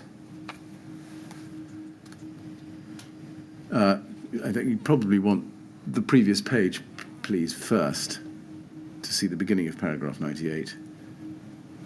You say, I believe I would have seen a copy of the fire risk assessment at the time, that's 17th of October 2014. It recorded, amongst other things, that the fire strategy for residential areas was a stay-put strategy. And then it goes on over the page 90, which he confirmed meant that residents remain within their own dwelling during a fire incident unless the fire is in that dwelling or it is otherwise affected, in which case they should immediately evacuate the dwelling and call the fire and rescue service. And I've showed you the rest of this paragraph a little earlier on today. Now, you say that you recall reading that fire risk assessment at the time. Is that right? Yes. And that would have been in approximately October 2014, yes? Yes. What was the purpose of your reading the fire risk assessment? I don't know if there are items that were attributed to the refurbishment at that point, because we would have been on site. So I would possibly have had action items assigned to me. Do you recall reading any of Mr. Stokes's earlier fire risk assessments for Grenfell Tower, namely the one in September 2009, the one from December 2010, and the one from November 2012? I don't know that I did. They weren't in Paul Dunkerton's file. So unless they were provided by Janice as part of the information, the health and safety for Ryden, but I don't think I saw them. I think the first one I saw was the one in September, I suspect. I see. Did you also read the significant findings and action plan for this 2014 fire risk assessment? I think I would have looked at items with my names against it, yes. I see. So you would have looked at those parts assigned to you specifically. What about the rest of it? I probably would have cast my eye over it. Whether I paid more or less attention to it, I don't know. But I would have probably, just at a brief look, think, oh, yeah, that's not mine, in case the items have been attributed wrongly. Can we go to page 45, please, paragraph 249?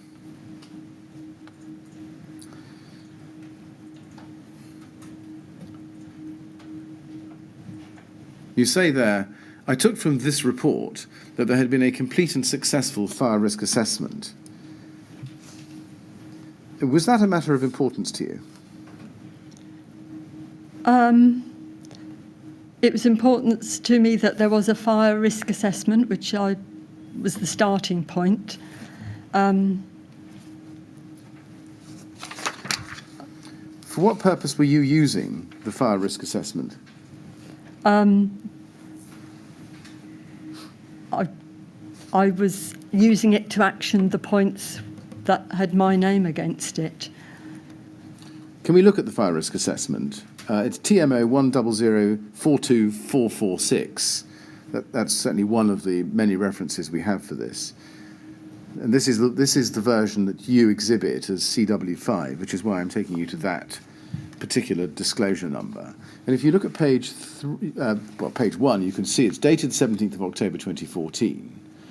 At the foot of the page, in bold, it says the significant findings and action plan of this fire risk assessment is inserted next with this document continuing on page 2. And then if you go to page 3, you could see the assessment is completed by Mr. C. Stokes. And then you can see a number of qualifications after Mr. Stokes' name, which are set out in the first sentence there. ACI ARB, FPA DIP, FP Europe, etc., etc. Do you remember looking at the qualifications after Carl Stokes' name? No, they wouldn't mean anything to me, so no. So you didn't have any understanding of what those qualifications were? No. You didn't have an understanding about whether any of them actually equipped Carl Stokes to be a fire risk assessor? No. What assumptions did you make about that? That he was employed by the organisation, that he'd been employed for a couple of years, and I assumed he would be a competent contractor, a consultant who was able to do the work. Did you set any store by any of the qualifications listed here when coming to the conclusion that this was a complete and successful fire risk assessment, as you call it? I didn't set any store by it, no. But there were lots of letters there, so he's obviously done quite a lot of training. Right. Did that lead you to think that Mr. Stokes was a competent and qualified fire risk assessor? Yes. If I told you that none of those post-nominals indicate that Mr. Stokes or his company were registered or certificated by any professional or certification body as competent to deliver fire risk assessments, would that change your opinion about the reliability of his fire risk assessment? No, because I think he's a chap with a lot of experience as well from my meeting him. Right. And I think he sort of did look into some of the detail of things that perhaps other people wouldn't have. Paragraph 237 of your first statement, if we can go back to that, please, page 43. In the last sentence there, you say, he noted, I'm so sorry, it's 4 lines down. You say he went on to say that the fire service or TMO employees would arrange for a general evacuation of the building at any time if this were appropriate, or the residents could leave at any time if they so wished. He noted that information had been provided to all residents in the form of tenant handbooks, letters and briefing sheets, etc., and articles on fire safety advice and emergency procedures included in the residents' magazine called Link. Now, was that something you were personally aware of? I knew it was in the tenant handbooks. Briefing sheets, I don't know if that was my newsletters. I knew it was in Link. And I had seen some fire safety posters, but at different times and not particularly in this employment, so I knew it would be a standard thing. Right. And we discussed earlier on the fact that, and you told us, you didn't actually explore, either with him or anybody else at the TMO, what arrangements were for a general evacuation, if it were appropriate, notwithstanding that Carl Stokes identified that in his fire risk assessment. That's right, isn't it? Yes. Now, as I've shown you, you said that this, in paragraph 238, this appeared to be a comprehensive assessment of all fire safety issues. And he further reported on the provisions for means of escape. I just want to explore with you the statement that it appeared to be a comprehensive fire risk assessment of all fire safety issues. Can you please go back to the fire risk assessment, please, at page 18, TMO 100424446, page 18.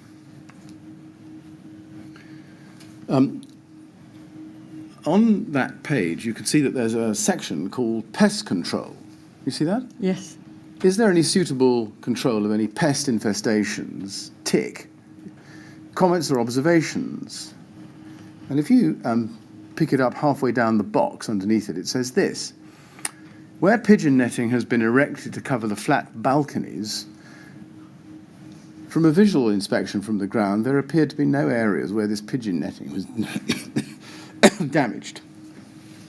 And it appeared to be well fitted at the time of this assessment.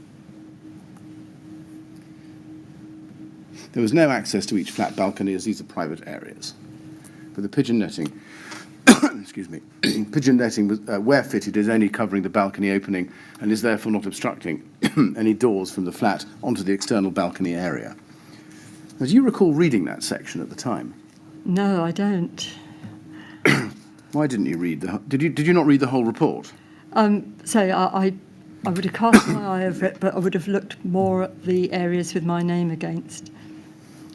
But I can see this is a cut and paste report from that comment. I mean, just to be clear, Grenfell Tower had no flat balconies and no pigeon netting, well fitted or otherwise, did it? No, it had no balconies. No. Were you? I mean, did you pick up the fact that Mr. Stokes had included a passage in his report that had nothing whatever to do with Grenfell Tower? No, I didn't.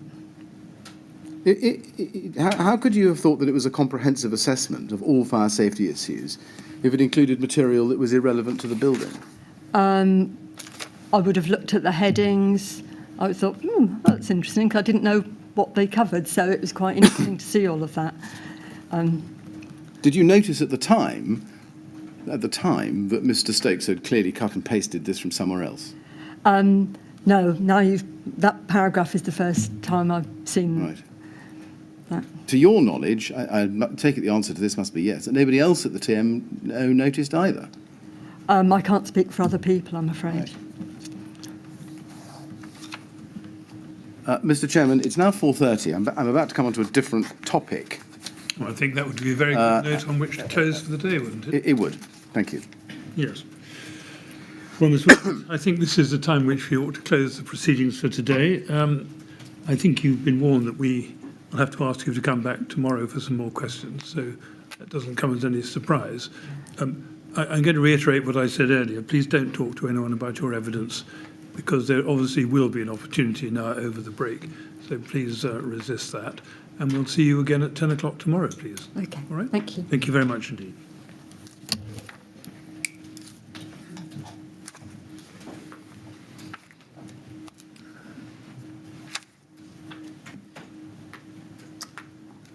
Thank you. 10 o'clock tomorrow then, please.